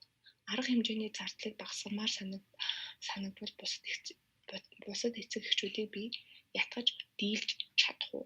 Гэх мэтчлэн ийм асуултуудыг та өөрөөсөө асууж үзээд тийм миний санхүүгийн бололцоо энийг хангаж чадах нь би заавал үр шид тавихаар байна уу яахаар байна тийм сургуулийн төлбөрөмж гэсэн үг тийм нөө яахаар ихэнх хүмүүс одоо хамгийн сайн нь гээл хамгийн сайн сургуульд оруулахын тулд бухимаа зээл ингээл аваад зээл таваад хүүхдээ яагаад гэдэг тухайн сургууль нь хүүхдэд таарж байгаа ч юм уу гүр ч юм уу хүмүүсийн яриагаар сонсоод тийм сайн сургууль гэсэн гээл зээл аваад хүүхдээ өгчдөг. Тэгэхээр энэ болгоныг өөрөөсөө асуугаарай тий заавал зээл авч хүүхдүүд 10 жилийн боловсрол өгөх хэрэгтэй юугүй юу те энэ номыг уншаад бас их юм ойлгож авах бах. За тэгээд мэдээж энэ бүх зардалтай та нэг сайн ихэнх нь ерөнхийдөө сайн дүрийн зардал болохоор та нэг өгөөд авах шаардлага байхгүй л те. Тэгэхдээ явандаа энэ ч одоо хүүхд чинь зугаалганд явахгүй хонхны баярт оролцохгүй за бэлгэнд ингээд мөнгө зүнг өгөхгүй гэх мэтчлэн ийм асуудал ороод байх юм бол одоо юу гэдэг хүүхд чинь анги дотроо шоудрлогдож эхэлнэ тий. Угаасаа юмд оролцдог, угаасаа юм оролцохгүй, угаасаа ингэдэг тэгдэг гэл ингээл ерөнхийдөө ангидаа шоудрлогдож ерөнхийдөө ганцаардаж эхлэх гэсэн. Гэх мэтчлэн иймэрхүү санхүүгийн асуудал идэхдээ ихэнх хүүхдүүд эцэг эхтэй нэг хайхтар хилээд идэггүй тий. Хөөрхөнд нь дотроо л шаналал явчихдаг. Тэгэхээр иймэрхүү асуудлуудаа та бодолцож үзчихээ сургууль сонгоорой. За тэгээд дээрэс нь энэ дотор одоо асуудлууд те зарим асуудлууд цаг зүрийн дутагдaltaй тал гэж байх жишээ нь те. За жишээ нь одоо нэг хэсэг нь засварт орсон байгаа. За тэр нь дараагийн үйлрэлт ашиглалтанд орчин гэхээр бүх ангид юм зай талбайтай болоод илүү тавталтай болчихно гэх мэтчлэн. За хайскул юу гэдэг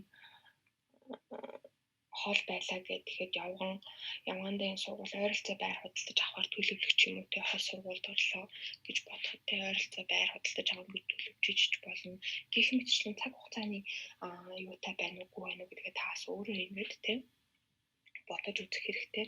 Тэгэж байж тэгээ дээрээс нь яг хамгийн анхаарах гол зүйл нь тухайн сургууль нь таны хүүхдийн сэтгэл зүйн те хэлбэртэй таарч байна тань одоо юу гэдэг мөн таны хүүхдийн оюуны тийм одоо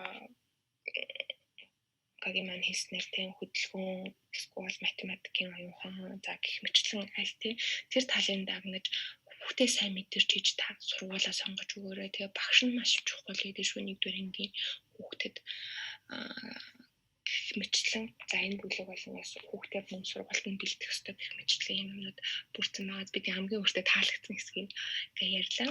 За дараагийн маань 4-р бүлгийг бүжээ маань ярих байгаа.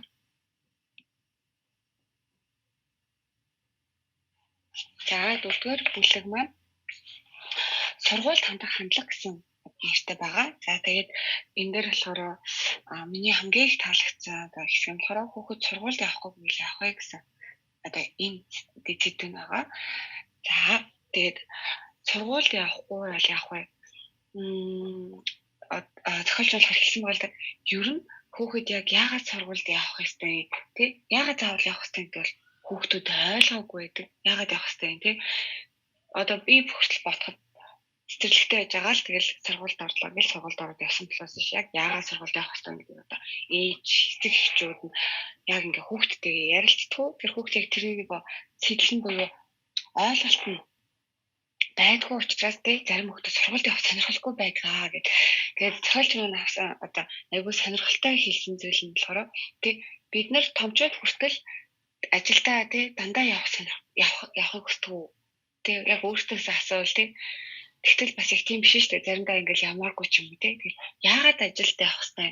Тэгэхээр жишээлбэл бид нарт мөнгө хэрэгтэй Тэ мөнгө санхүүгийн шаардлагаас болоод тэ тэр мөнгөөрөө би өөрийнхөө хэрэгцээг хангах хэрэгтэй. Тэгвэл энэ болохоор эд мөнгөний сэтэл байгаа. За тэгвэл урахад ягаад ажил хийх хэрэгтэй. Тэгвэл ажилласаа авж байгаа сэтгэл ханамж, тааламжтай байдал тэр одоо урам авж байгаа тэр байдлаасаа болоод бид нэр ажил хийх дуртай байдаг. Тэр нь бол эд мөнгөний бус сэтэл болоод байгаа. За тэгтэл одоо зарим төсөл ажлууд дөнгөж шинээр эхэлж байгаа тий ямар ч ашиггүй хүмүүс төвлөгдөөгүй байх үедээ хүртэл ингээ тий хичээл зүтгэл гаргаад ажил хийж байгаа. Яагаад тэгэхээр энэ ирээдүйдээ тий энэ үр дүнтэй ирээдүйдээ байгаа гэдэг итгэсэн учраас энэ ажлыг хийж байгаа. Тэгэхээр энд ямар сэтэл байна вэ гэхээр ирээдүй гэдгийг одоо ирээдүйтэй гэдэг ойлгосон сэтэл буюу хитийн төлөвлөлийн сэтэл гэж. Тэгэхээр хүн бүрт одоо ямар нэгэн үйлийг хийхин тулд сэтэл байх шаардлагатай байдаг. Тэр үйл хийх сэтэл тэгвэл тэр сэтэл нь ямар сэтэл гэж болно те эд мөнгнөөс шалтгаалсан юм уу эсвэл те гэхдээ ирээдүйн юм уу ирээдүйн төлөв сэтэлж гэж болно гэдэг. Тэгэхээр хүүхдэд ч гэсэн адилхан яг ийм сэтэл байгаа. Тэгэхээр энэ сэтлийг хүүхдэд өгөөд сургуульд явах дуртай, тэг хичээл их дуртай болгож болно гэж зохиолч нь хэлсэн байгаа. Тэгэхээр хамгийн түрүүд болохоор хүүхдээсээ тэг хүүхэд чинь яг сургуульд тэг яагаад сургуульд явахдаа сургуульд яваад урам зориг аваад байна уу тий сургуульд яваад хичээл хийгээд сурсан тий гаргасан үр дүнгээс хөгжин сэтгэл хангалуун байна уу тэг яагаад заавал тий сургуульд явах хэрэгтэй хөгж ойлгож байна уу энд үн цэн өгч гинөө гэдгийг л хүүхдтэйгээ сайн ярилцаж ойлгуулах хэрэгтэй тэгээд боловсрал яагаад үн цэнтэй юуны төлөө ингэж сурах хэрэгтэй вэ гэдгийг одоо хүүхдтэйгээ ярилцаж сайн ойлгуулж өөрөө гэж хэлсэн байна. Тэгээд хамгийн эхлээд хүүхдээс асуух хэрэгтэй. Ирээдүйд яг юу хийхийг хүсч мөрөөдөж байгаа. Тэгэхээр үнэхээр хүүхдээс хүсч өрөөж байгаа зүйлийг олчих юм бол хитийн төлөвтэй буюу хитийн төлөв сэтлийг хүүхдтэй өгч хичээл хийх сонирхолтой болгож олно гэж хэлж байгаа. Жишээлбэл хүүхд чинь би анхны нисгч болмоор ч юм уу би гоё юмч болмоор байна би цагтаа болмоор байна гэж хэлж болно. Тэгвэл нисгч болмоор байна гэж хэлж байгаа тохиолдолд хүүхдтэй чамд математик физик хоёроо сайн хийх хэрэгтэй шүү. Энэ мэдлэг чамд чухал чи энэ мэдлэгтэй хийж сайн нисгч болж чадна гэж хэлж болно. Жишээлбэл охин чинь юм уу хүү чинь би юмч болмоор байна гэж хэлж болно. Тэгээ ирээдүйд тэгвэл хийм биолог хийх шаардлагатай яагаад хийм биолог хийх шаардлагатай жишээлбэл одоо чи зүгээр хийм биолог хий гэж хэлчихвэл хүүхдэр нь тэгээ сэтэл авахгүй штэ жишээлбэл ингэж хэлж болно бидний бид явж байгаа бүх одоо процессыг бүгд химийн урал явагдчихж бид нар ингээд амьд байгаа бидний одоо цустэй яаж ингээд хүчил төрөгчтэй бидний биед ороод ягаад хүчил төрөгч ингээд улаастай холбогдоод ингэдэг учраас эдгээр чинь бүгд химийн урал явагдаж байгаа учраас хүн ингээд амьд байгаа амьтад амьд байгаа байгаль ингээд амьд байгаа гэдэг ойлгож өгөлтэй илүү амьдралтай аргамаар хүүхдээ ойлгуулж хэрэгтэй биолог харин яагаад биолог жимж болох биолог хэрэгтэй гэдэг тайлбарч болно. Энэ биолог дээр бүх ургамал амьтад хүний эд эсүүдийг үзэн амьд организм хэрхэн ажиллахыг ойлгуулна. Тэгээ хүүхэд яагаад энэ хичээлийг хийх ёстой гэдгийг хүүхдэд ойлгуулж өгөх хэрэгтэй. Сэтлийг нь төрүүлж өгөх хэрэгтэй. За тэгээд ингээд ойлгоцсон байгаа тохиолдолд хүүхэд бол хичээл их дуртай болж болно.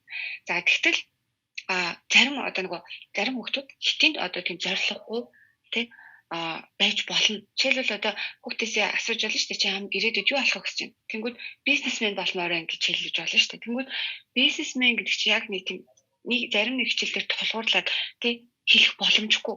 Ийм тохиолдолд яах вэ гэх. Тэгэхээр энэ тохиолдолд бол ямар нэгэн хичээлийг онцгойл биш зүгээр ерөнхийдөө зүгээр яагаад хичээл бидний амьдрал хэрэгтэй гэдгийг тайлбарлаж өгч болно гэж хэлж байгаа. Мэдхийн чухлыг. Тэгэхээр сургуульд бид нэр яг юуг сураад байд юм бэ яг үнийг хэлэхэд бидний 10 жилдээ сурч исэн томьёогоороо бид нэр өдөр тутамд амьдралдаа хэрэглэхгүй байгаа. Тэглээгээд бид нэр сургууль биднэрт ямар ч хэрэгтэй юм заасан гэдэг ерөөсөө тийм биш. Бид нэр сургуульд яснараа тэр сургуульд авж байгаа боловсролыг боловсрал хэрхэн яаж сурч боловсрж байгаа боловсрох ямар нэг хэмжээний мэдлэг тэндээс олж аваад тэрийгэ боловсруулад боловсруулж дадах тий ой санамжтай үг ярианы баялагтай болох логик сэтгэлгээг хөгжүүлэх аливаа зүйлийн хоорондын уялдаа холбоог тий шалтгаан холбоог олж тогтоох чадваруудыг бид сургуульд явснаар хөгжүүлээд олж авч чаддаг байгаа. За тэгэхээр энэ байдлаараа одоо хүүхдэд тайлбарлаж ойлгуулж болно. За жишээлбэл зохиолч маань авсан нэг шийдвэр болохоор усны сангийн хоолой дундуур ус урсалж ороод буцаад гарч байгаа. Ийм бодлогыг хүүхд бодлоо гэж үтэй. За энэ зүгээр ингээд бодлого юм шиг боловч энийг ойлгосноор ирээдүйд бид нарт юм сурч болно. Хүүхдүүд маань энд юм сурч болно. Жишээл юу сурч болох вэ? Тэгэхээр биднэрт одоо тий мөнгө орж ирнэ буцаад гарч идэг. Жишээлбэл өрхийн сангууд ч юм уу эсвэл бизнесийн ашиг орлого ч гэсэн ингээд ашиг орлого гардаг гэдэг юм өөрөө хүүхдэд ойлгож өгч болно. Тэгэхээр хичээл зааж байгаа зүйлүүдийг амьдралд өдөр тутамд ингээд хэрэглэж гин гэдэг хүүхдэд ойлгох тусмаа хичээл хэлцүү дур сонирхолтой байдаг. Ингээд баахан нэр томьёонууд орж ирээд ч юм уу тэгээ жоохон ойлгох болоод эхлэнгүүт хүүхдүүд ингээд хичээлийг сонирхолгүй болчдөг. Тэгэхээр одоо эцэгчүүд маань биднэрт нөлөөлж чадах зүйл нь хичээлийг сонирхолтой байдлаар хүүхдэд одоо тийм хүлээж авч ойлгоход нь тусалж үү те өөрийнхөө хэмжээнд чадах хэмжээнд хүүхдэд ойлгоход нь бас нөлөөлж болох юм байна. За тэгээд дараагийнх нь болохоор ямар ч одоо тий зорилгогүй хүүхдүүд байж болно тий яг юу хийх гэж чинь ирээдүйд юу болохыг тэгэхээр одоо тийм зорилгоо тавиагүй ч юм уу болохыг хүсэх хүүхдүүд байж болно шүү дээ. Энэ бол байж болох л зүйл. За тэгвэл ийм байгаа тохиолдолд яах боломжтой вэ гэж асууж байгаа. Тэгээ энэ хүүхдийг яах вэ? За тэгвэл ийм хүүхд одоо гараад тий асуулаа гэж бодоход байх юм бол нөгөө нэг бусад сэтлүүд дээр нь одоо өмнөх миний ярьсан болохоор дандаа хитийн төлөвийн сэтлүүд байсан. Тэгвэл одоо нөгөө эд материалын тий эд хөрөнгийн эд мөнгөний сэтлийг төрүүлээд хүүхдэд хичээл хэлгэж болно. Тэгэхээр нөгөө түрүүний ярьсан шүү дээ нөгөө од хүүхэд зөв хүүхэд гэдэг. Тэгэхээр энэ арга зөв хүүхдэд илүү үр дүнтэй нөлөөлдөг арга. Тэгэхээр бүх хүмүүс нь яг одоо байгаа энэ тохиолдолд хүүхдэд тий хичээлээ тий үр дүнтэй хийх юм бол тий би чамайг ингэж шагнаа ч юм уу ийм амлалт өгөх байдлаар хүүхдээ хичээл дуртай болгож болно хичээл хийлгэж болно. За тэнгууд нөгөө талаараа нөгөө эд мөнгөний бус сэтлийг хүүхдээ бас төрүүлж болно чиглэл амжилт олоод тий амжилт аваад тэр амжилтаас авах мэдрэмжийг ахиж мэдрэх юм сэтлийг энэ хүүхдэд бий болгоод одоо болж одоо нөгөө хичээл сургууль явах дур сонирхолтой болгож болно. Тэгэхээр энэ арга нь нөгөө од хүүхдүүдэд илүү сайн нөлөөлдөг гэж байгаа. Тэгэхээр өөрийнхөө хүүхдийг таньж мэдээд тэр хүүхдэд тохирсон аргаар сургуульд явах сэтлийг өгөх хэрэгтэй. Тэ ийм одоо байгаа гэж одоо зохиолч маань хэлсэн байгаа. За тэгээ дээрэс нь яг энэ хэсэг дээр болохоор хэсэгдэр ингээд хэлсэн нэг зүйл нь одооны хүүхдүүд 90-ад оны хүүхдүүд хоорондын хувьд бол ингээд ялгаа аюул байгаа.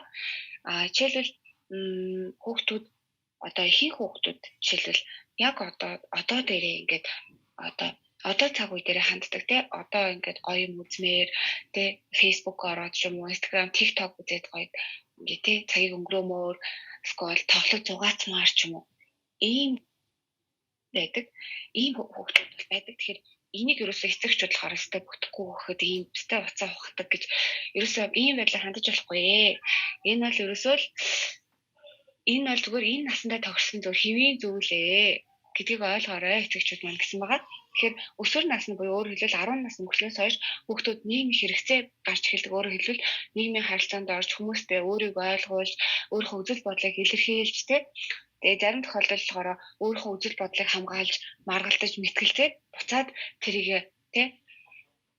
ямар нэгэн асуудал үүсвэл тэрийг өөрөө шийдэх ийм хэрэгцээнүүд гардаг. За тэгээд ийм хэрэгцээг нь одоо хүүхдэд өөрийнх нь сургуулиа явуулаад нийгмийн донд оруулаад хүүхдтэй одоо яг тийм одоо орчинд нь оруулж хүүхдээс сургаад одоо сурах хэрэгтэй байдаг. Ингэснээр хүүхэд ирээдүйд очих олон хүнтэй харилцсан гэр бүлтэй болон тэр болгон дээр одоо харилцааны чадваруудыг сурснаар хүүхэд тэр асуудлуудыг одоо ингээд эвтэйхэн давж гарах тийм одоо дадлаг туршлагыг одоо сургууль сурч авцтай хүүхэд болдог. Гэтэл одоо 90-ад оны хүүхдүүд жишээлбэл гадаанаа гарч тоглоод орцондоо хүүхдүүд найзуудтайгаа суугаад ч юм уу ингэж харилцаанд ордог байсан. Гэтэл одооны нөхцөл байдал буюу мэдээлэл технологийн хүчтэй хөгжиж байгаа үед хүүхдүүд ихэвчлэн утасныхаар Facebook ухах ч юм уу эсвэл видео YouTube-руудын бичлэг үзэл TikTok бичлэгүүд үзэж байгаа. Тэгэхээр яг 90-ад оны үед туссан 80-ад оны өгсөн эцэг эхчүүдийн хувьд энэ болохоор хүлээж авахд хэцүү. Одоо тэгээ ойлгохгүй. Тэгэхээр энийг нь болохоор магадгүй тэр хүүхэд энэ бичлэг үзээд ч юм уу одоо тэр YouTube-ийн бичлэгийг үзээд тэндээсээ одоо өөрийгөө илэрхийлэх харахад хүртэл сурж явах одоо тийм талтай байх магадaltaй шүү гэж одоо зохиолч минь хэлсэн байгаа. Энэ хэсэг нь бас надад таалагдсан. Бас нэг одоо шинэ онцлог үнцэг байсан. Тэгээд яг энэ хичээл сургууль дуртай болгох, хичээл сургуульд явах тал дээр болохоор зохиолч маань анхааруулж хэлсэн хамгийн чухал зүйл нь эцэг эх хоёр яг нэг үзэл бодолтой байх хэрэгтэй. Сургуульд явж байгаа танай гэрт танд те сургуульд явдаг хүүхдтэйгээ бол одоо таны эхнэр таны нөхөрт хоёр яг нэг ижил байд одоо үзэл бодол дээр тохиролцоод яг тэр үзэл бодлороо хүүхдтэй хандаарай гэж одоо хэлсэн байгаа. Энэ бас үнэхээр үнэн санагдсан. Жишээлбэл эцэг эх хоёр өөр сургуулийн үзэл хандлагатай байгаад ирэхээр хоорондоо маргалдаж эхэлдэг. За жишээлбэл аав нь те энэ сургуульд юу заадаг энэ тэр сургуульд сурсан мэдлэг одоо амар хэрэг болж байгаа тий сургуульд онц ирсэн хүмүүсийн тэгэл муухай явж байгаа хүмүүс зөндөл л шүү дээ. Гэтэл явж та дунд сурч байсан хүмүүс нь өстой сайхан амьдарч юм ч юм уу. Тэгээ юу юм гэхдээ ийм хандлага аав эцэг нь гаргадаг аав нь гаргадаг гэж бодлоо. Гэтэл эсэргээрээ ээж нь те үгүй ээ те сургуульд явах хэрэгтэй онц сурах хэрэгтэй онцтой авах хэрэгтэй. Тэгээд энэ хоёрын зөрчилдөөн дундаас маргаан үүснэ. Яг энэ маргаан үүсэх үед хүүхд өөрөө бас ингээд сэтгэл зүйн хувьд ингээд юм төгжигдмөл байдалгүй ингээд гацаанд орчдөг. Ингээд хинийхэн талд орохоо мэдэхгүй. Тэгэхээр ийм байдал хүүхдийг эргээд айгүй сэтгэл зүйн тавгүй нөхцөл байдалд оруулж өгдөг.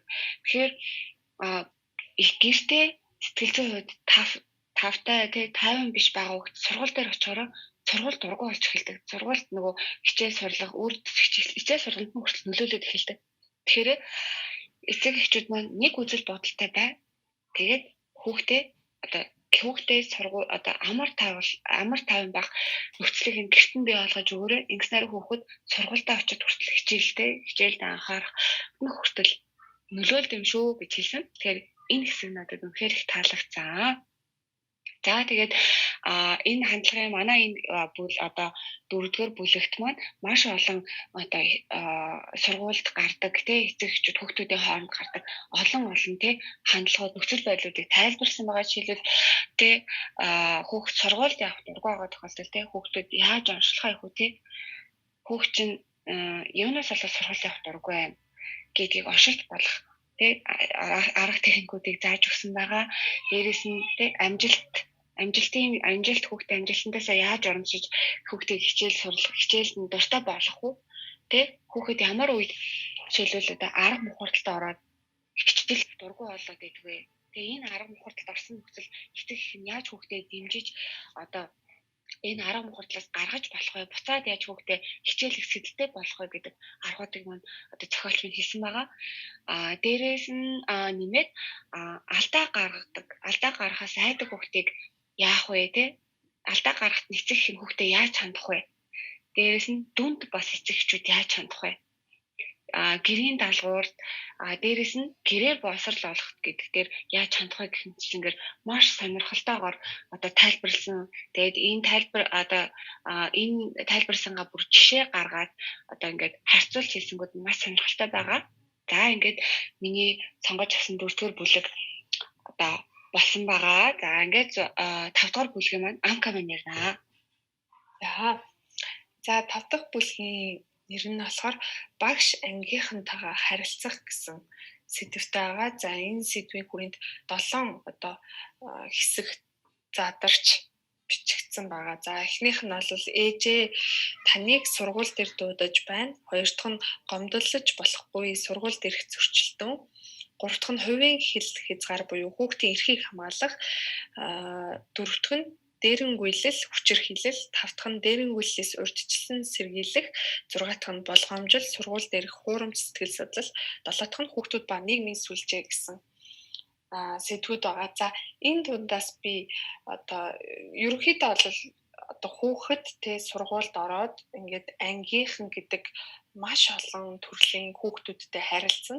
Дээрээс нь багш гэдэг хүнтэй харилцах юм харилцаа гарч ирдэг те одоо дөнгөж юу гэдгийг цэцэрлэгт ороод илүү одоо бие дааж гэх юм уу те илүү бие даалгаж одоо төвшөнд аваачж байгаа зүйл бол сургууль гэдэг. Тэгэхээр тэр хүүхдийн хувьд бас л нэг юм томоохон хэмжээний юм сорилтуудтай бол тулгарч эхэлдэг.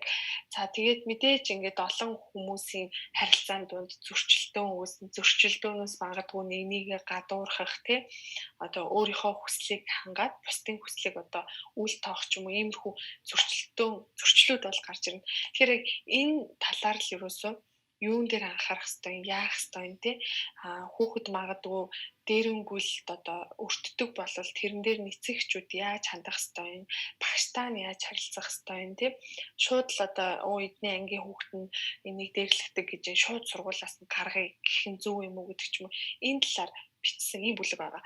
Надад та нартай хуваалцмаар санагдчихж байгаа зүйл нь бол ерөөсөө энэ бүхний учир утга яг юунаас болоод байна буюу гол суурь болох тэр хувийн хэл хязгаар хүүхдийн эрхийг хамгаалах гэдэг тэр хэсгийг нь та бүхэндээ ярьж өгье гэж шийдсэн байгаа.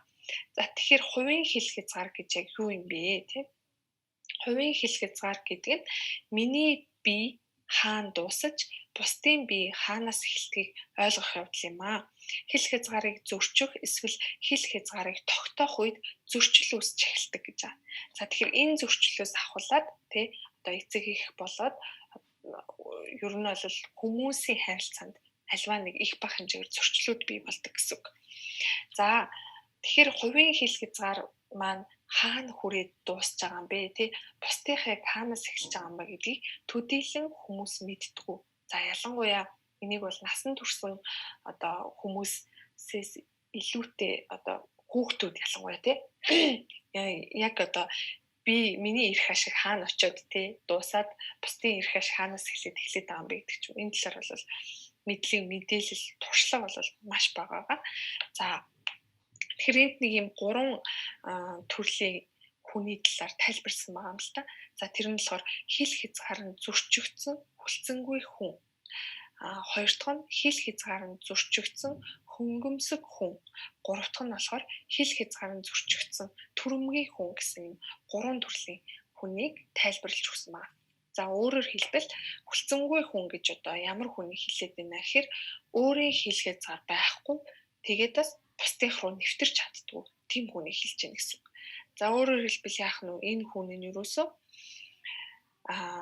бусдын хэлснээр л одоо амьдраад байдаг гэх юм уу? Одоо тэгч ингэч гэхээр үгүй гэж хэлж чадахгүй. Магадгүй ингээд амар завгүй, амар их даалгавартай хахад нэг найз нь чи миний даалгаврыг бас хийчээрэй гэхээр үгүй гэж хэлж чаддгүй гэсэн үг. Өөрийн гэсэн бодол санаагүй, өөртөө итгэх итгэл багтай одоо маш дуулууртай тийм хүүхдүүд байт юм байна л да. Бидаа шийдвэр гаргаж бас чаддгүй дандаа ингээд бусдын үгээр л болоод идэг гэсэн үг. Өөрийгөө илэрхийлж чаддгүй гэж хэлж болно тий. За тэгэхээр хэрвээ таны хүүхэд ийм төрлийн хүүхэд байвал та хүүхдээ үгүй ээ би тэгмээргүй байна. Надад таалагдахгүй байна гэх зэрэг үгийг одоо хэлүүлж сурах нь маш чухал байдгийг шүү. Би ингэмээр байна, би тэгмээр байна гэж бас өөртөө итгэлтэй хэлж сургахад нь одоо хэлж тэгж сурахт нь эцэг эхчүүд нь бас тусалж тэгж сургаж хүмүүжүүлэх хэрэгтэй гэсэн үг. Түүн дээр нь анхаарах хэрэгтэй гэсэн үг. За хоёр дахь төрөл нь болохоор хөнгөмсөг хүн гэж байгаа. За энэ нь болохоор өөрийн гэсэн хэл хязгааргүй бусдынхыг зөрчдөг гэж байгаа. За өөрөөр хэлбэл энэ хүн яадаг вэ гэхээр одоо өөрт нь ямар нэгэн асуудал тулгарлаа гэж бодохоор тэрийг юусоо бусдыг буруутгаал бусдыг буруу юм шиг болгоол тий яг өөрийнх нь буруу биш ерөөсө бусд руу чихэд дуусгачдаг тийм хүн байдаг. За тэгээд энэ хүн яадаг вэ гэхээр дандаа ийм нөгөө бусдаас ийм хамааралтай байдаг. Магтаал урамшуулалт айгүй дуртай. Ингээл маш гоё үг сонсоол дандаа ингээл вау тий чи гоё шүү, чи өстө мундаг шүү гэж хэлүүлэх айгүй дуртай. Хэрвээ энэ одоо бусдаар ингэж өөрийгөө магтуулж чадахгүй бол түүнийхээ төлөө тий бусдыг гомдоодог ч юм уу бусдын одоо эрх ашиг зөрчиж байгаа ч хамаагүй тий өөрийгөө тэгж магтуулах дуртай тийм төрлийн хүн гэсэн. За тэгэхээр энэ төрлийн хүүхдүүд бол үнэхээр төвчээрийг бардгаа тий маш их анхаарал хандламжийг танаас шаарднаа. Бас их чалчаа тийм төрлийн хүмүүс байдаг. Та сайгүй юм болгонд хошуу дүрж явж идэг тий. За нэг өдөр л би одоо хин шиг тэр найз шигээ одоо юу гэдэг хөл бөмбөг сурмаар байна гэл хэлсэн хэрнээ магадгүй нөгөө өдөр нь за би ер нь боллоо нөгөө хин шиг би гитар тоглож сурмаар байна гэдэг ч юм уу иймэрхүү одоо шийдвэрч бас гаргаж чаддгүй шийдвэртэй үнэнч байж чаддгүй те ийм хөнгөмсөг төрлийн хүүхэд байдаг байх нэ. За хэрвээ ийм таны хүүхэд энэ төрлийн хүүхэд байвал хэл хязгаар нь хаана хүрээд дуусч байгааг нь зааж өгөх хэрэгтэй. За өөрөөр хэлбэл энэ бол чинийх харин энэ нь хүнийхтэй энэ хүртэл чи өөрөө одоо шийдвэрээ гаргаад явж болох ч гэсэн энээс цаашвал те бусдыг бас чи сонсох хэрэгтэй. Бусдын хүсэл тэмүүллийг нь те бусад хүмүүс юу гэж бодож байна тэрнээс хамаарч шийдвэр гаргах хэрэгтэй гэдэг ч юм уу. Энэ талаар нь одоо бусдын үзэл бодлыг хүндлэх тэр талаар нь зааж сургах нь чухал байдаг гэсэн. За гурав дахь нь болохоор төрөмгийн төрлийнх гэж байна. За энэ төрөмгийн төрлийнх нь болохоор яадаг вэ гэхээр хэл хязгаараа хатуу барьж байдаг. Гэхдээ бусдынх руу халддаг гэж байгаа. Өөрөөр хэлбэл ерөөсөө яг ингэн гэсэн бол ингэн тий тэгээд тэр нь хэрвээ болохгүй байв шууд бусдынх руу орж жагаад тэрийгэ болгохын төлөө ингэж зүтгэждэг гэсэн.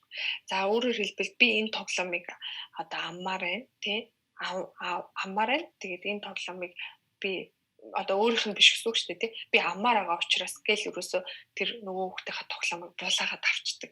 Тийм төрлөх гэсэн. За тэгээд энэ хүүхэд маань өөрийн тэр хэл хязгаараа одоо тэлхийн тулд ерөөсөө л эрх мэдэлтэй эд хөрөнгө одоо юу гэдэг орон зайг булааж авахын төлөө юу ч хамаагүй одоо хийдэг тийм төрөмгийн төрлийн хүн байдаг гэж байна. За тэгээд төрөмгийн учраас тий одоо тэг ин гэж бусдыг дандаа ингэж зааварчлах, зандрах одоо тийм дуртай байдаг тий. За тэгэхээр энэ хүүхдүүдийн одоо гол алдаа нь юу гэдэг вэ гэхээр тэд нар бол минийх гэдэг одоо зүйлсээ айгүй сайн мэддэг гэж байгаа. Гэхдээ бусад хүмүүст байгаа зүйлийг өөрийнх биш гэж биш заяа энэ одоо бусдын зүйл минийх биш гэж бодох биш. Бусдын зүйл төрхөн зуртал минийх биш гэж боддог байх нэ. Тэгэхээр өөрөөр хэлбэл те булааж эзлэх тийм оролдлого хийдэг тийм төрлийнх гэсэн. За тэгэхээр хэрвээ ийм одоо төрлийн хүүхэдтэй таны хүүхдэд энэ төрөл одоо илүүтэй ажиглагдаад байвал та яах ёстой вэ гэхээр бусдын үзэл бодол өмч хөрөнгийг хүндэтгэж сургах хэрэгтэй гэж байна. За тэгэхээр яг энэ одоо төрлүүдээс л хамаарал яг нь хүмүүсийн хооронд зөрчилдөөн үүсэдэг шүү дээ тий. За тэгвэл хүүхдийг хэрхэн хувийн хэл хязгаараа ойлгож илэрхийлэхэд нь сургах вэ гэсэн байгаа. За энийг би бүр уншаад өгье гэж бодож байна. За энд болохоор нэгдүгээр хүслээ илэрхийлэх сургах хэрэгтэй. Би тэгмээр байна, эсвэл тэгмээргүй байна. Надад таалагдж байна, надад таалагдахгүй байна тий. Би ямаар байна, ямааргүй байна гэд энэ хүслээ илэрхийлэхэд нь сургах хэрэгтэй буюу та хүүхдийнхээ хүслийг нь хүндэтгэж сураарай. За дараа нь болохоор энэ минийх биш гэдгийг ойлгуулах хэрэгтэй. Мэдрэмжээ ойлгож түүнийг ил гаргаж бусдад хэлж сургах тий. Надад тааламжгүй байна. Ингүүл миний уур хүртгээ чи намайг гомдоож байна ч юм уу тий. Иймэрхүү байдлаар ил гаргах одоо тэр сэтгэл хөдлөлийг ил гаргахад нь сургах хэрэгтэй гэсэн үг. За дараа нь болохоор хэл хязгаараа тогтоож сургах буюу миний юмыг зөвшөөрлгүй чи авч болохгүй шүү. За эсвэл тий чи яагаад над руу ингэж хашигчд загнаад байгаа юм бэ? Чи ингэх ёсгүй гэдэг ч юм уу. Ингэх бойл гэдэг ч юм уу тий. За дараагийнх нь болохоор хэл хязгаараа тодорхойлоход бусадтай харилцаагаа хязгаарлаж сургах гэж байна. Би одоо 15 минут зугаалаад гэртээ харина. Чи манад орж болно. Гэхдээ хагас цаг л чамтай ярих завгүй байна гэх зэргээр одоо харилцаанда хязгаарлалт хийж сурч ийн гэсэн үг. За дараагийн зүйл нь болохоор тааламжгүй хүмүүстэй харилцаагаа таслах юм уу хязгаарлаж сургах хэрэгтэй. Одоо байнга тушааж байдаг найзтайгаа найзлах хэрэгтэй үгүйгээ шийдэх хэрэгтэй гэж байгаа юм тий. Эсвэл хамраа ухаж ширээн дээр богнаадаг найзаасаа холдож өөр ширээнд суулгахыг багшаасаа гуйх хэрэгтэй гэж байгаа. За өөрөөр хэлбэл өөртөө таалагдахгүй байгаа зүйлээсээ зай барьж сурах хэрэгтэй тий. Заавал тэнд ингээл өөрийгөө зовоон байр ингээд хамтдаа байгаа тэгсээ төвчээд авах шаардлага байхгүй. За дараагийнх нь болохоор шийдвэр гаргасан шийдвэрээ бусдад хэлж сургах хэрэгтэй. За тийм учраас та өөрөө бас хүүхдийнхаа шийдвэрийг хүндэтгэж байх хэрэгтэй. За үнэхээр таны хүүхдтэй одоо нөгөө өмнөх номон дээр ч гэсэн бид гур бас ярьж байсан шүү дээ. Одоо бороотой өдөр даан цамцтай ч юм уу гарах цагт нь чи цамцаа өмсөд гараа бороо орно штэ яах гээд байгаа юм бэ гэж ээж аав нь тэгтээ тэр хүүхд болохоор үгүй би путуулгатайгаа л гармаар ингээл үнэхээр ингээд зөрөөд ивэл хамаагүй. Тэгээд гаргачих те бороо ороод өөрөө ингээд нороод би цамцаа өмсөх ёстой байж тээ гэдгээ өөрийн биеэр одоо туулж ухаарсан болол тийм тэр чинь ингээд толгоонд нь бүрэн суучин. Тэгэхээр зарим нэгэн зүйл дээр заавал ингээд өөрөө ингээд тэгнэ гэдэг хаа заавал зөрөлдөөд маргалдаад ингээд дэлгүү хүүхдийнхаа шийдвэртэй окей чи өөрөө ингэж бодож байгаа бол тэгдэ гэсэн тийм итгэлийг бас заримдаа хүлээлгэж өгч явах хэрэгтэй. За тэгээд хүүхдтэй бусдын хувийн орон зайг тэгвэл хүнддэхийг яаж заах ёстой юм бэ те? Сая өөрийнхөө хэлэх цагаараа ойлгож илэрхийлэхэд нь яаж сурах вэ гэсэн бол одоо бусдын хувийн орон зайг хүнддэхийг яаж заах ёстой юм гэж байна. За энэ дээр болохоор бусдын одоо хэлж байгаа би тэгмээрээ надад таалагдахгүй байгаа гэдэг үгийг сонсож хүлээцтэй сонсож хүлээн авч сурах хэрэгтэй тий. Одоо үнэхээр би чамтай тогломооргүй байна. Би чамд одоо хичээлээ хуулуулмааргүй байна гэж байгаа бол заавал үгүй би хуулах ёстой гэд тэр хүнийг ингээд дургу байхад нь хүчлэх хэрэггүй. Тэрийг айгүй гоё ойлгох хэрэгтэй, хүлээж авч сурах хэрэгтэй. За дараагийнх нь болохоор өөрийн хүслээ бусдад хамаатуулж үгүй бол би чамтай найзлахгүй тий ингэхгүй бол би тийхгүй. Тэгвэл ингэн гэсэн ийм муухай одоо өөрөөр хэлбэл нэг дийл хийгээд байгаа юм шиг тий чи тэгвэл би ингэн гэж ингэж юусоо өөрийн хүслээ бусдад хамаатуулж тулгаж юусоо болохгүй шүү. Тэрийг маш сайн ойлгох хэрэгтэй хүүхдүүдтэй. За дараагийн зүйл нь болохоор хүний юмыг зөвшөөрлгүй авахгүй байхад сургах хэрэгтэй тий. Ер нь бол хүний юм бол хүний л юм тий. Тэр хүн магадгүй тэр зүйлд одоо бидний төсөөлж байгаагаас ч илүү дуртай, хайрладаг, магадгүй бидний төсөөлж байгаагүй тэр хүч хөдөлмөрөөр тэр зүйлийг авсан байж болно тий. Тийм учраас хизээч одоо бусдын зүйлд дураараа хурж болохгүй, дураараа зөвшөөрлгүйгээр авч те сонжиж үзэж магадгүй хэрэглэж бүр болохгүй шүү. Тэрийг маш сайн ойлгох хэрэгтэй гэж байна. За дараагийн зүйл нь бусдыг муу үгээр хэлж хоолж доромжилж болохгүй гэдгийг сургах хэрэгтэй те. Одоо ер нь бол яг хуу өсвөр наснда ч юм уу хүүхдүүд за ер нь 10 жилд ч тийм байдаг шүү дээ. Аюу их шоглдог, нэгээ доромжилдог. Тухайн үед тэгж хэлж байгаа маань одоо тэр хэлж байгаа хүүхдэд бол сонирн биш байж болох ч гэсэн яг сонсож байгаа нөгөө талд одоо маш хүнд тусах тийм магадлал байдаг. Тийм учраас бусдыг хизээч одоо шууд байгаагаар нь харж дүгндэг ч юм уу те нэг өдөр эртээ хувцастай ирэхэд нь чи эртээ хувцастай ирчлээс ээж аваастай чи эрт чин те угаалгаа машин байдгүй мүү гэж зүгээр жишээ хэллээ гэж бодоход цаанаа тэр хүүхэд магадгүй те хувцас угаагч тийм завгүй амьдралтай байсан байж болно. Тэгэхээр харин ч одоо эртээ хувцасаа ичлгүй те хичээлээ таслахгүйгээр хүрээд ирж байгаа нь бол гайхалтай хэрэг шүү дээ. Тэгэхээр иймэрхүү байдлаар альва зүйл ямар ч одоо ийм учир жанцантай байдаг учраас хизээч бусдыг тэгжтэй өөрийнхөө харж байгаа өнцгөр шууд ингэж муу үгээр хэлж доромжилж шоглож болохгүй шүү гэдгийг хүүхдүүдтэй аягүй сайн сурах хэрэгтэй. За дараагийн зүйл нь болохоор бусдын мэдрэмж зарчмыг анхааралтай ажиглаж харилцааны хэлбэр харилцах хугацаанаас хальж гарахгүй байх хэрэгтэй гэж тий. За мэдээж нөгөө бусдын мэдрэмжийг хүндлэх хэрэгтэй тий. Үнэхээр ингээл одоо тургуу байхад нь дайраад ээж болохгүй тий. Ингээх ёстой штэ одоо ангиараа ингээл зугаалганд явах гээл тэгэхэд магадгүй нэг найз нь ямааргүй байна гэдээ хахад бүгд ингээл янз бүрийн үгээр идэл явъя гэдэж болохгүй тий. Үнэхээр л дургу байгаа. Одоо нөгөө дургу төгчхүү гэдэг үг байдаг шүү дээ. Үнэхээр л дургу байгаа бол бусдын мэдрэмж тэр бусдын хэлж байгаа зүйлийг маш сайн ойлгож тий. За тэгээд харилцааны хэлбэр одоо тэр хим хэмжээнээсээ хэтрэхгүй байх гэдэг бас айгүй чухал.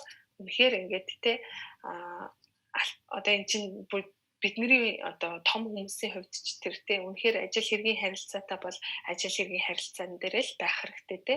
За үнэхээр бизнесийн хамтрагч бол тэр хэмжээндээ байх хэрэгтэй. За үнэхээр найз нөхөд бол те найз нөхдөөрөө ингээд явах нь ер нь бол тэр хоёр хүний хоорондын харилцаа хэр хол явахад маш чухал нөлөө үзүүлдэг учраас энэ бас хим хэмжээг мэдэрч одоо мэддэг байх нь айгүй чухал. Ер нь алстаач амьдрал айгүй хэрэгтэй байдаг.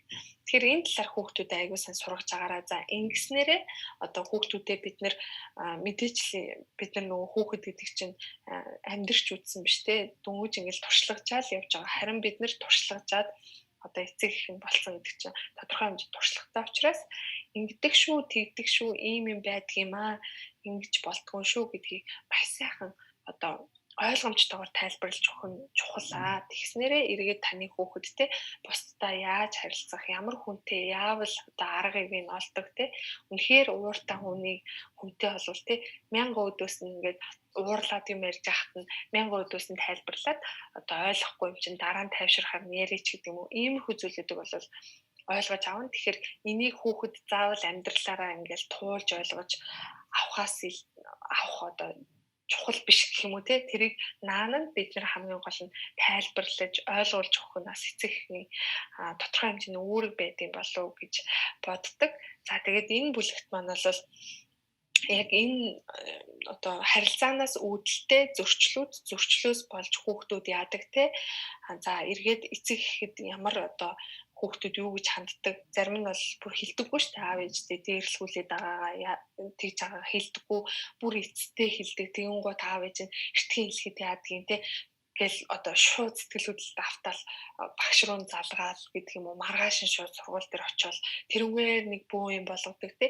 Гэтэл яг үүндээ бол хүүхдэд те ээж аваасаа зүгээр тийм шийдэл биш, арай өөр шийдлийг хүссэн байдаг шүү. Тэгэхээр нөгөө сэтгэл хөдлөлтөө шууд автаж хариу үйлдэл гаргахаасаа илүү эхлээд хүүхдтэйгээ ярилцаад ямар арга байна, яаж энэ асуудлаас гарах уу гэдгийг хүүхдийнхаа одоо тэр сэтгэлээс маш сайн сонсож жагаад тэгээ шийдвэр гаргаж агаарай тий. Энэ талаар энэ бүлэгт маш гоё тайлбарлаж өгсөн ийм бүлэг байгаа. За тэгээд ном маань ингээд дуусж байгаа тий. Номоо ерөнхийдөө дүгнээд бас хэвдүүлээ. Жоох ярьж тий. Би яг нэг дүгнэлтийн хэсгийн нэг хальт яах гэдэг. Энэ дээр болохоор зохиолч маань тий би бол өөрийгөө тий сургууль айгу таатан надад сургуулийн тий айгу таатад орсноор үлдээж гэж боддог байсан ч яг энэ номоо бичиж явах хугацаанд яг сургуулийн иргэм дурсахад тий маш олон хэцүү, маш олон ичмээр, маш олон тийм асуудлууд байсан юм байл лээ тий. Ер нь одоо нэг ингээд хүний оюун ухаан яадаг вэ гэхээр одоо муу юмнуудыг айгу хурдан мартахыг хичээдэг, тэрийг шахан зайлуулах гэж нэрлэдэг сэтгэл зүйн хамгаалалтын нэгэн арга байдаг гэж байна. Тийм учраас хүн болго ингээд сургуулийнхаа муу юм болоныг ерөөхдөө их хвчлэн мартчихдаг. Одоо эцэг эхүүд бид нар ч гэсэн сургуулийнхаа муу дурсамжуудыг ерөөхдөө бол мартсан байгаа. Тэгэхээр юу гэдэг хүүхдэд те сургууль гэдэг бол те айгүй амаргүй даваа байдгийг шүү те. Зөвхөн нөгөө эндээшт бэлдэх зөвхөн сургуульд илсэн одоо нэг их сургуульд орох илсэн шат төдий зүйл бол биш шүү дээ. Энэ бол тэр насанд хүрч хүн болж төлөвшдөг үе болохоор маш чухал. Тэгэхээр өөрийнхөө онцлог шинжийг мэдэж авдаг үе, хэл хязгаараа тогтоож сурдаг үе, харилцаа үүсгэж сурдаг үе, тэг хиймээр байна, хийж чадна, хийх хэрэгтэй гэдгийн хоорондын тэнцвэрийг хайж ойлгож эхэлдэг үе. Тэр энэ үе цаг үед нь те хүүхдүүдийн талд бат зогсож хүүхдүүдийгээ сайн ойлгож хүүхдүүдийн одоо талд заавал байгаарай гэж яг гэж бичиж намайг төгсгсөн байгаа юм зохиолч маань. Тэгээ юу атсанаас ч те бас одоо ямар ч хүнд хэрэг хийсэн хэрэгтэнд хүртэл өмгөөлөгч гэж байдаг. Тэгээд яг хүн шиг хүүхдэд бол эцэг их юм яг л тийм байх хэрэгтэй те. Ямар ч хүүхд чинь ямар ч буруу зүйл хийсэн хүүхдийнхаа талд байх хэрэгтэй. Тэгэхгүй шууд одоо ямар нэгэн буруу зүйл хийсэн чинь чирч аваачаал энэ аргагүй ингэн тэгнэ гэлтэй аваад шүү гэдэж болохгүй. Тэгэхээр буруу зүйл хийсэн ч гэсэн хамгийн гол нь тэрийг нь ойлгуулах хэрэгтэй. Хүн нь бол хамгийн түрүүнд эцэг яагаад хийснийг нь ярилцах хэрэгтэй, ойлгох хэрэгтэй. Би энийг бас ячаад би өөр 10 жил ерөнхийдөө айгу олон сургууль анги манг ингээд солилцсон болохоор ерөнхийдөө амар адал явдалтайсэн гэх юм миний 10 жил. Тэгэл яг нөгөө анх ч Монгол хэлийг би 7 дугаар ангидаа сурч байсан аахгүй юу. А, Б, В, Г бүр яг 7 дугаар ангидаа сурч байсан. Тэгээ Монгол сургуульд орохдоо монголоор уншдаггүй, бичдэггүй орж исэн. Тэгээд яг амар их асуудалтай. Тэгэл нөгөө гэрээний даалгавар гэдэг гэрээний даалгавар гэж бичсэн. Тэгэл нөгөө ангийн нэг хэдэн нэг хүүхдүүд шоолдог хүмүүс идэв шүү дээ хүүхдүүд. Тэд нэр ингээл миний дэвтрийг харчаал шоолол тэг гэрээний даалгавар гэж бичиж чадахгүй гэрээний даалгавар гэж бичиж гээл хэмжлээ амар олон иймэрхүү асуудал зөндөө байсан. Тэгэхдээ яг ард яг миний ээж аваа тэг би ингээд зөвхөн монгол хэл англи хэлээ ингээд би ч тоо англи хэлээ өөрөө яг гэрээний даалгавраар яг тэрийг хийдэг. Бусдуудын яг манай ээж аав хоёр хувааж авч хийдэг гэсэн аахгүй амар хөрхөн. Манай ээж уран зохиол монгол хэл хийдэг. Аа болохоор түүх нийгэм биологч лөө гэдэг манай ээж аав ингээд миний эхний жилдээ 7 дугаар ингээд ээж аав хоёр ингээд хувааж аваад би зөвхөн яг англи хэл математик би тоогоор бас айгу хоцорсон гадаадаас ирсэн болохоор тооноос амар хоцорсон ирсэн. Тэгээ бүх юм нөхч яахгүй 7 дугаар ангидаа би бүр амар ачаалтайсэн. Өглөө 8-д очиод орой би 8 гэж гэртэрдэг гэсэхгүй татлага инээ тэрэг гэсээр хагаад.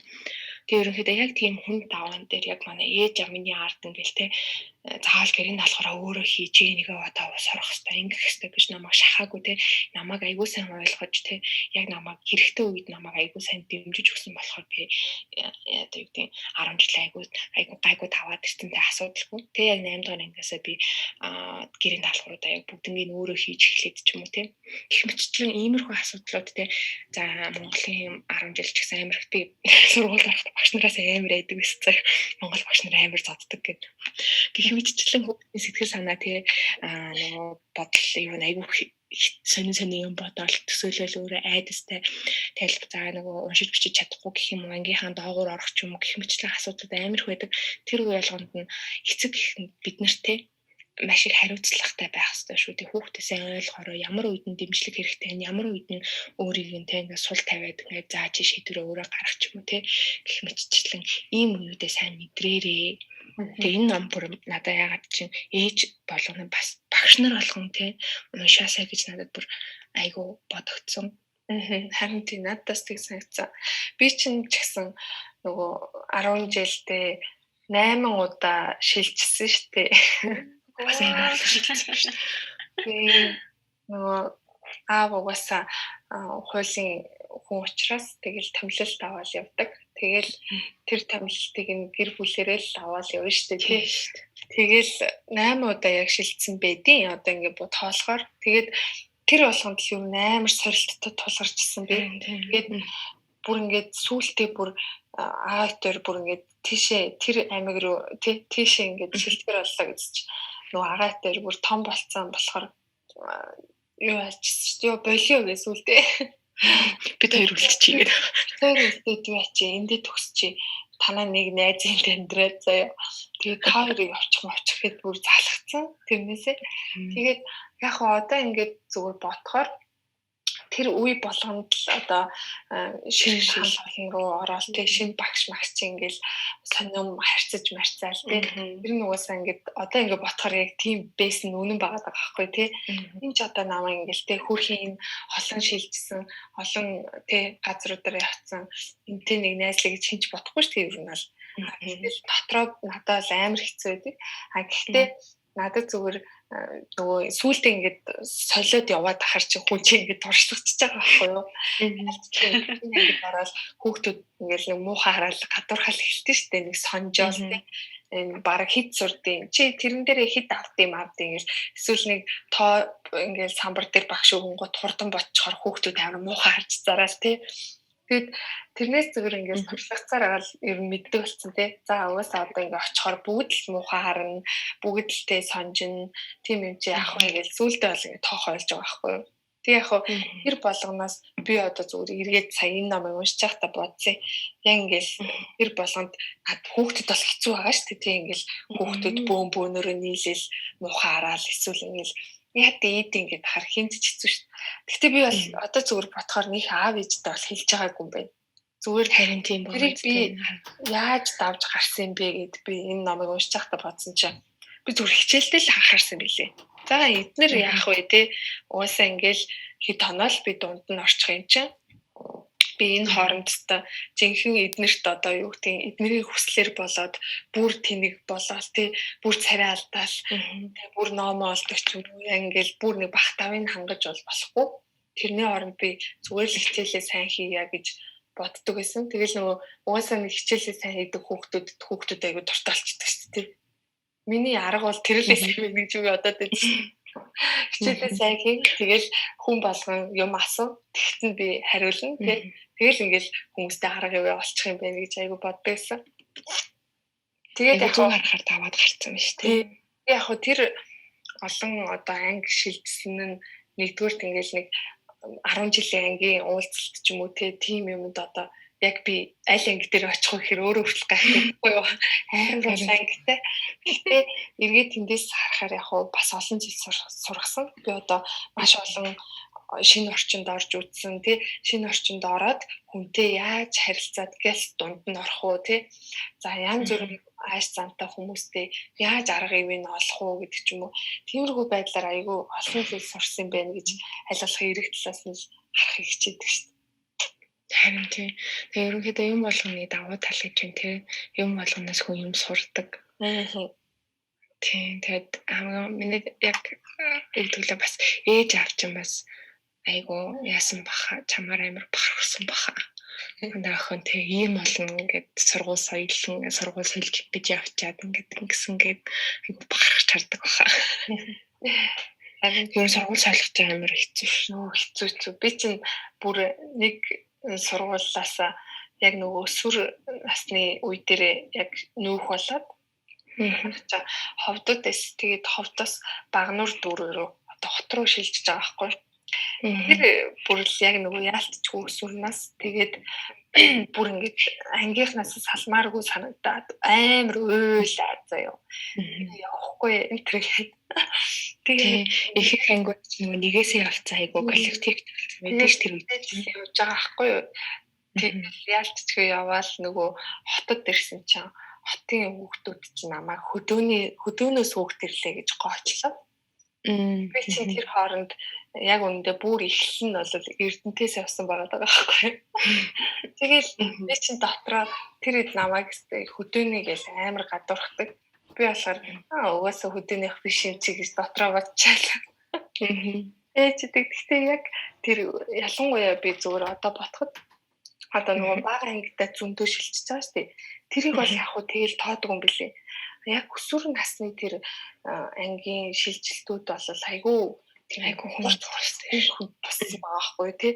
Тэгэхээр яг миний бодлоор зүгээр одоо яг сонсож байгаа ээж аавд тэлхэд хэрвээ тий ялангуяа хүүхдээ яг өсвөр наснд нь ангийн солих, сургуулийн солих ч байгаа бол маш ойрхон хүүхдүүдтэй ярилцдаг байгаарай тий. Яаж юм шууд солих биш тий. Тийм шууд солих биш. Яавал дээр вэ? Яавал зүгээр вэ тий. Тэгээд одоо юу гэдгийг зүгээр л чиний сургууль гэрээс арай холдоод байна. Ашиг боли чи маргааш ийшээ ор гэдэг чинь айгу буруу болчиход байгаа тий. Тэгэхээр тэр хүүхдүүдтэйгээ маш сайн ярилцдаг байгаарай. Үнэхээр хүсэж гин үү? За бүр гарцаагүй шилжиж байгаа болвол тий яг ихэнх үед нь сургуультай ангитай маш сайн найз нь байгаарай л гэж хэлмээр. Тийм яг анх ер нь аль болох хүүхдтэй яг одоо 12 жил болсон. Яг 12 жил сурах сургуулийн нэг сонгоорой тий аль болох бага хүүхдээ сургуулийн солиулаарай. Бид хоёрын туршлагаас тий айгу хүүхдэд айгу хүн дээдээ шүү.